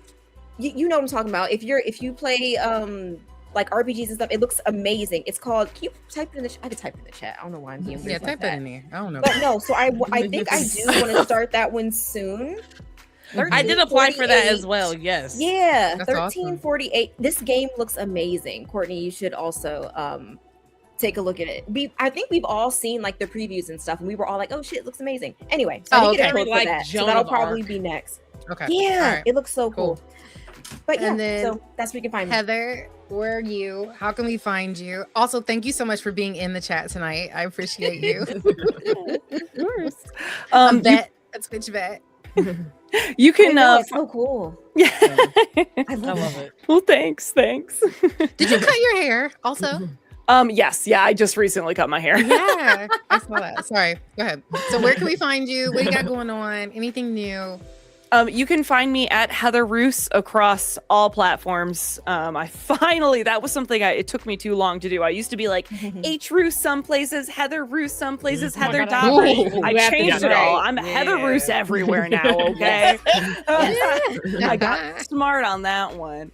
I stream on Monday, Wednesdays, and Thursdays. On Mondays and Wednesdays, I game. Thursdays, I generally craft either cross stitch or gunpla building, like I said. love Right now, I'm playing through the Metal Gear Solid series for the first time ever. Oh my gosh. I just finished Metal Gear Solid 2, and I understand the Kojima hype now, everyone. That was a great I love game. it. Oh, I need to check that It out. was crazy. I gotta check that out. So I'm Love going to be that. starting 3 soon. I'm also playing Ghost of Nice. Yotei as well. But, Yes, yeah. Yes. You and Chris. Yeah. yes, my girl. I just finished that one recently. It's gorgeous. I Nice. still need to finish. Beautiful. Yeah. Again, Yeah. we're gonna be finishing games. Violet, I'm trying What's to up, do better babe? for it. sure. Where can we I- find you? Yeah, don't worry. Anything you're working on? What's going on? I thought I wasn't on Twitter anymore, but I'm back there. So I'm back on all of the socials, either Violacious or on Instagram and TikTok, The Violacious, because somebody else apparently has my name. I'm like, who are So annoying. who is this Like, person? why? It's so annoying. It's Hater. so annoying. Hater. Dare they? It's like, give Hey, her the It's just handle. it's cute as hell though. It is. I I love it. love that. It's a misspelling of a real word that means of or having to do with the color violet. Because when I was about 14 years old, my parents went out of town for a couple of weeks, and my brother decided to have a party, and some 40-year-old people came over, and I kept up with them drinking all night long. Oh my god. And Violet. they started calling me Purple because I was wearing a giant like husky starter jacket. If you remember those back in the day. Yeah, Um, sure do. So that was Ugh. that was Oh, my I old love nickname, this. and so so all of my names came from that. I love that. I love I that. like that. lore. That's We good love lore. lore. That's I so love good. I Um, love lore. And then as far as like what I'm doing, I stream on Twitch on most Sundays, Mondays, and Wednesdays. My schedule says 7, so you can find me around 8. My girl. Yes. I love that. Yes. And I'm going through Expedition 33 right now. Elden Ring is up next. You're gonna And love then it. Final Fantasy 9. So really love Nice. RPGs, Oh my especially the old ones that give me a chance to like play with the characters and make my own voices and personalities and choices for them. And but yeah, I'm really looking forward to Elden Ring. It's been a long time coming. So Final Oh, Fantasy well, 9 is one of my favorite Final Fantasies. is it? I've been working through the series, and it used to be that I was like hands down 7 over and over again. And now that I've played, like 5 is great. 6 is amazing, seeing 6 all its is my development favorite. and the 9 build and up 10 and the is gonna plot. blow your mind. So good. I Especially can't when you wait. get to 10. Like, Them boys is real cute. so good. Yeah. Simone, give us your tea. Well, can we find I'm you? on. Well, I just got the email back that I'm back on Twitter, y'all. My account got restored. Finally, Elon tried to take me out. Congratulations. I'm gonna. I think say that my it. girl was nothing. impersonating herself. They said she was impersonating herself. So Hello. But yeah, so where can we find you, Simone? All of my socials are all the same. By Simone Malcolm. Twitter, Instagram, Blue Sky if anyone's on there, TikTok, Twitch, Threads, all the same handle. Thankfully, I had to put my whole government on there to get a handle, but That's crazy. well, my handle was To be like fair, a to be journalist fair, one. We were journalists. Yeah, Okay, because yeah, my anime Twitter was supposed to be on burner, and then my main was supposed to be like my main, which has my government name, but it obviously had to swap. But I just didn't swap it. I didn't think I would Yeah, be you here. just stuck with it. So I just stuck Yeah, with right, it. And then now it's too late. It's too late now to kind of like change It's okay. Remember, Simone, when I was Alright. trying to send you something and I was like, Simone, what's your last name again? You Crying. remember that? And you were like, Hello? You were Right. like, Malcolm. Right. Um, So, and then what are you working on right now? What are you excited to be doing? What's happening? well, I stream. Well, my schedule's kind of like this week is a little overplaced, but normally I stream Monday, now Wednesdays and Fridays at 7:30 p.m. CST. I didn't stream yesterday because my account got sniped and I wasn't in the best mood. Understandably But so. tomorrow we're gonna be catching up on we watched Love is Blind on my in my community. love it. So yesterday was the Yes. reunion. I've been dodging spoilers all day. Like, so we're gonna watch that. We're gonna watch a little bit of Ratchet TV. Drewski has his love show, parody show. So we're gonna probably watch that as well. So it's probably gonna be a good old yap stream. And then next week, I never really know, but I've been playing like Pokopia.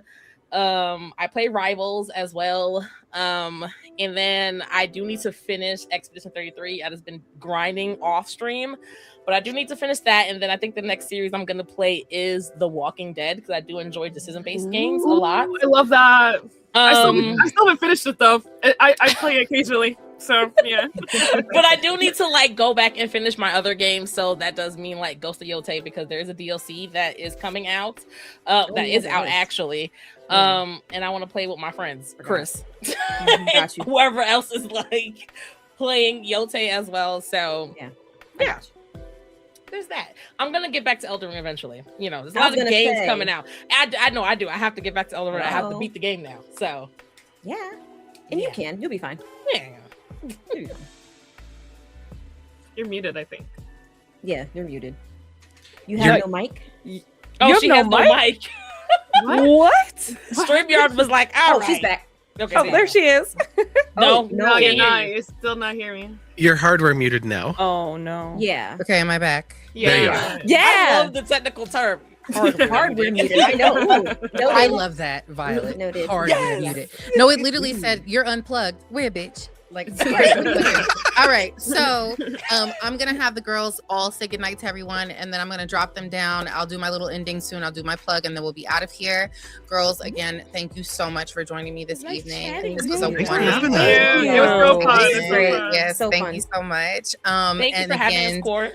of course. Yeah, No, thank you seriously. so It was much. like I they asked me to do this. First of all, I dropped a thing in both guilds, and I was like, hey, like I'm looking to get more into broadcasting. I want to start doing like fireside chats, more collaborative streams, etc. And then your girl, I always forget what her name is. Holly. Yeah, Yeah, Holly. Yeah, Holly reached out and was like, "Hey, this would be a great event," and da da da da, and this and this and this. And I said, "Hello." So I definitely will thank her for the push because I was not going to do that. So this was great. Again, thank you so much to the mods. Thank you so much for modding and shouting everyone out. You can find everyone on their respective platforms. Girls, again, thank you. I'm going to drop you down if you want to say goodnight to everyone before I do so. Bye, everyone. Tootie patooties. All right, y'all. So again, none of my friends watch anime. Y'all know the deal. Y'all know who it is. I am so glad. Also, girls, I know you can hear me. You can drop down in the chat if you like, because that's still available. But I just want to say thank you guys for coming by. Thank you for joining the stream. Thank you for just being here, you know, with a girl who has extreme anxiety and ADHD. This was something, I'll tell you that. Thank you so much. So again, I am Courtney, aka None of My Friends Watch Anime. You can find me on every platform. Will I be active? Who's to say? I do like to get on Twitter. Unfortunately, I cannot let her go. She is the only one that I think will really give you like the news, the tea, like all of the stuff. So I keep her. I also thank you, Nelly. Hi, Nelly. Also, hi, everybody. Hi, Ember. Thank you so much for staying in the chat. For anybody that rocked with us for the entire 3 hours, again, my apologies for taking so long, but I love you. I appreciate you. I also stream on Twitch. Sometimes I stream on TikTok if I'm playing Infinity Nikki or any other cozy game. Again, None of My Friends Watch Anime. The lore behind that is that, again, none of my friends watched it. I also wanted my name to look like Meowfamy because at the time, that's when Shield Hero was really big, and I was like, oh my God, I love him. So I know it's a bit of a name, but you can call me Courtney, you can call me Nam, you can call me Anime, you can call me whatever you want. Just don't call me after 10. I love you guys. Hopefully I'll see you on Saturday. I will be streaming on Saturday. Usually I do a stream called Salacious Saturdays every other Saturday where I read fan fiction out loud. Right now we are obsessed with that man from that video game y'all like. What's his name? Y'all know who I'm talking about. The one who I'm going to be grunting. Leon. I found one of my girls found some fics of him. I also have a who's the guy from JJK that I really, really like with the big nose? I want him too. He might be in there as well. So if you'd like, come through, come see me. Also, I appreciate all of you mods, Kendra, Slim, Simone. I know you was in there for some reason. And then who else did I have? Kia, Jazz, Nay. I think I had KD was in here a little bit. So thank you so much for subscribing, Kenobi. I don't know if y'all can hear my sub alerts or any of the alerts because we're on this thing on StreamYards. So if you subbed, if you gifted, thank you so much. I did not hear it. But again, I love y'all. I hope you have a wonderful night and hopefully I'll see you Saturday. This was so fun. I cannot wait to do this more often. And hopefully it'll be with people who you've never met before as well. And I will see you guys soon. Bye-bye.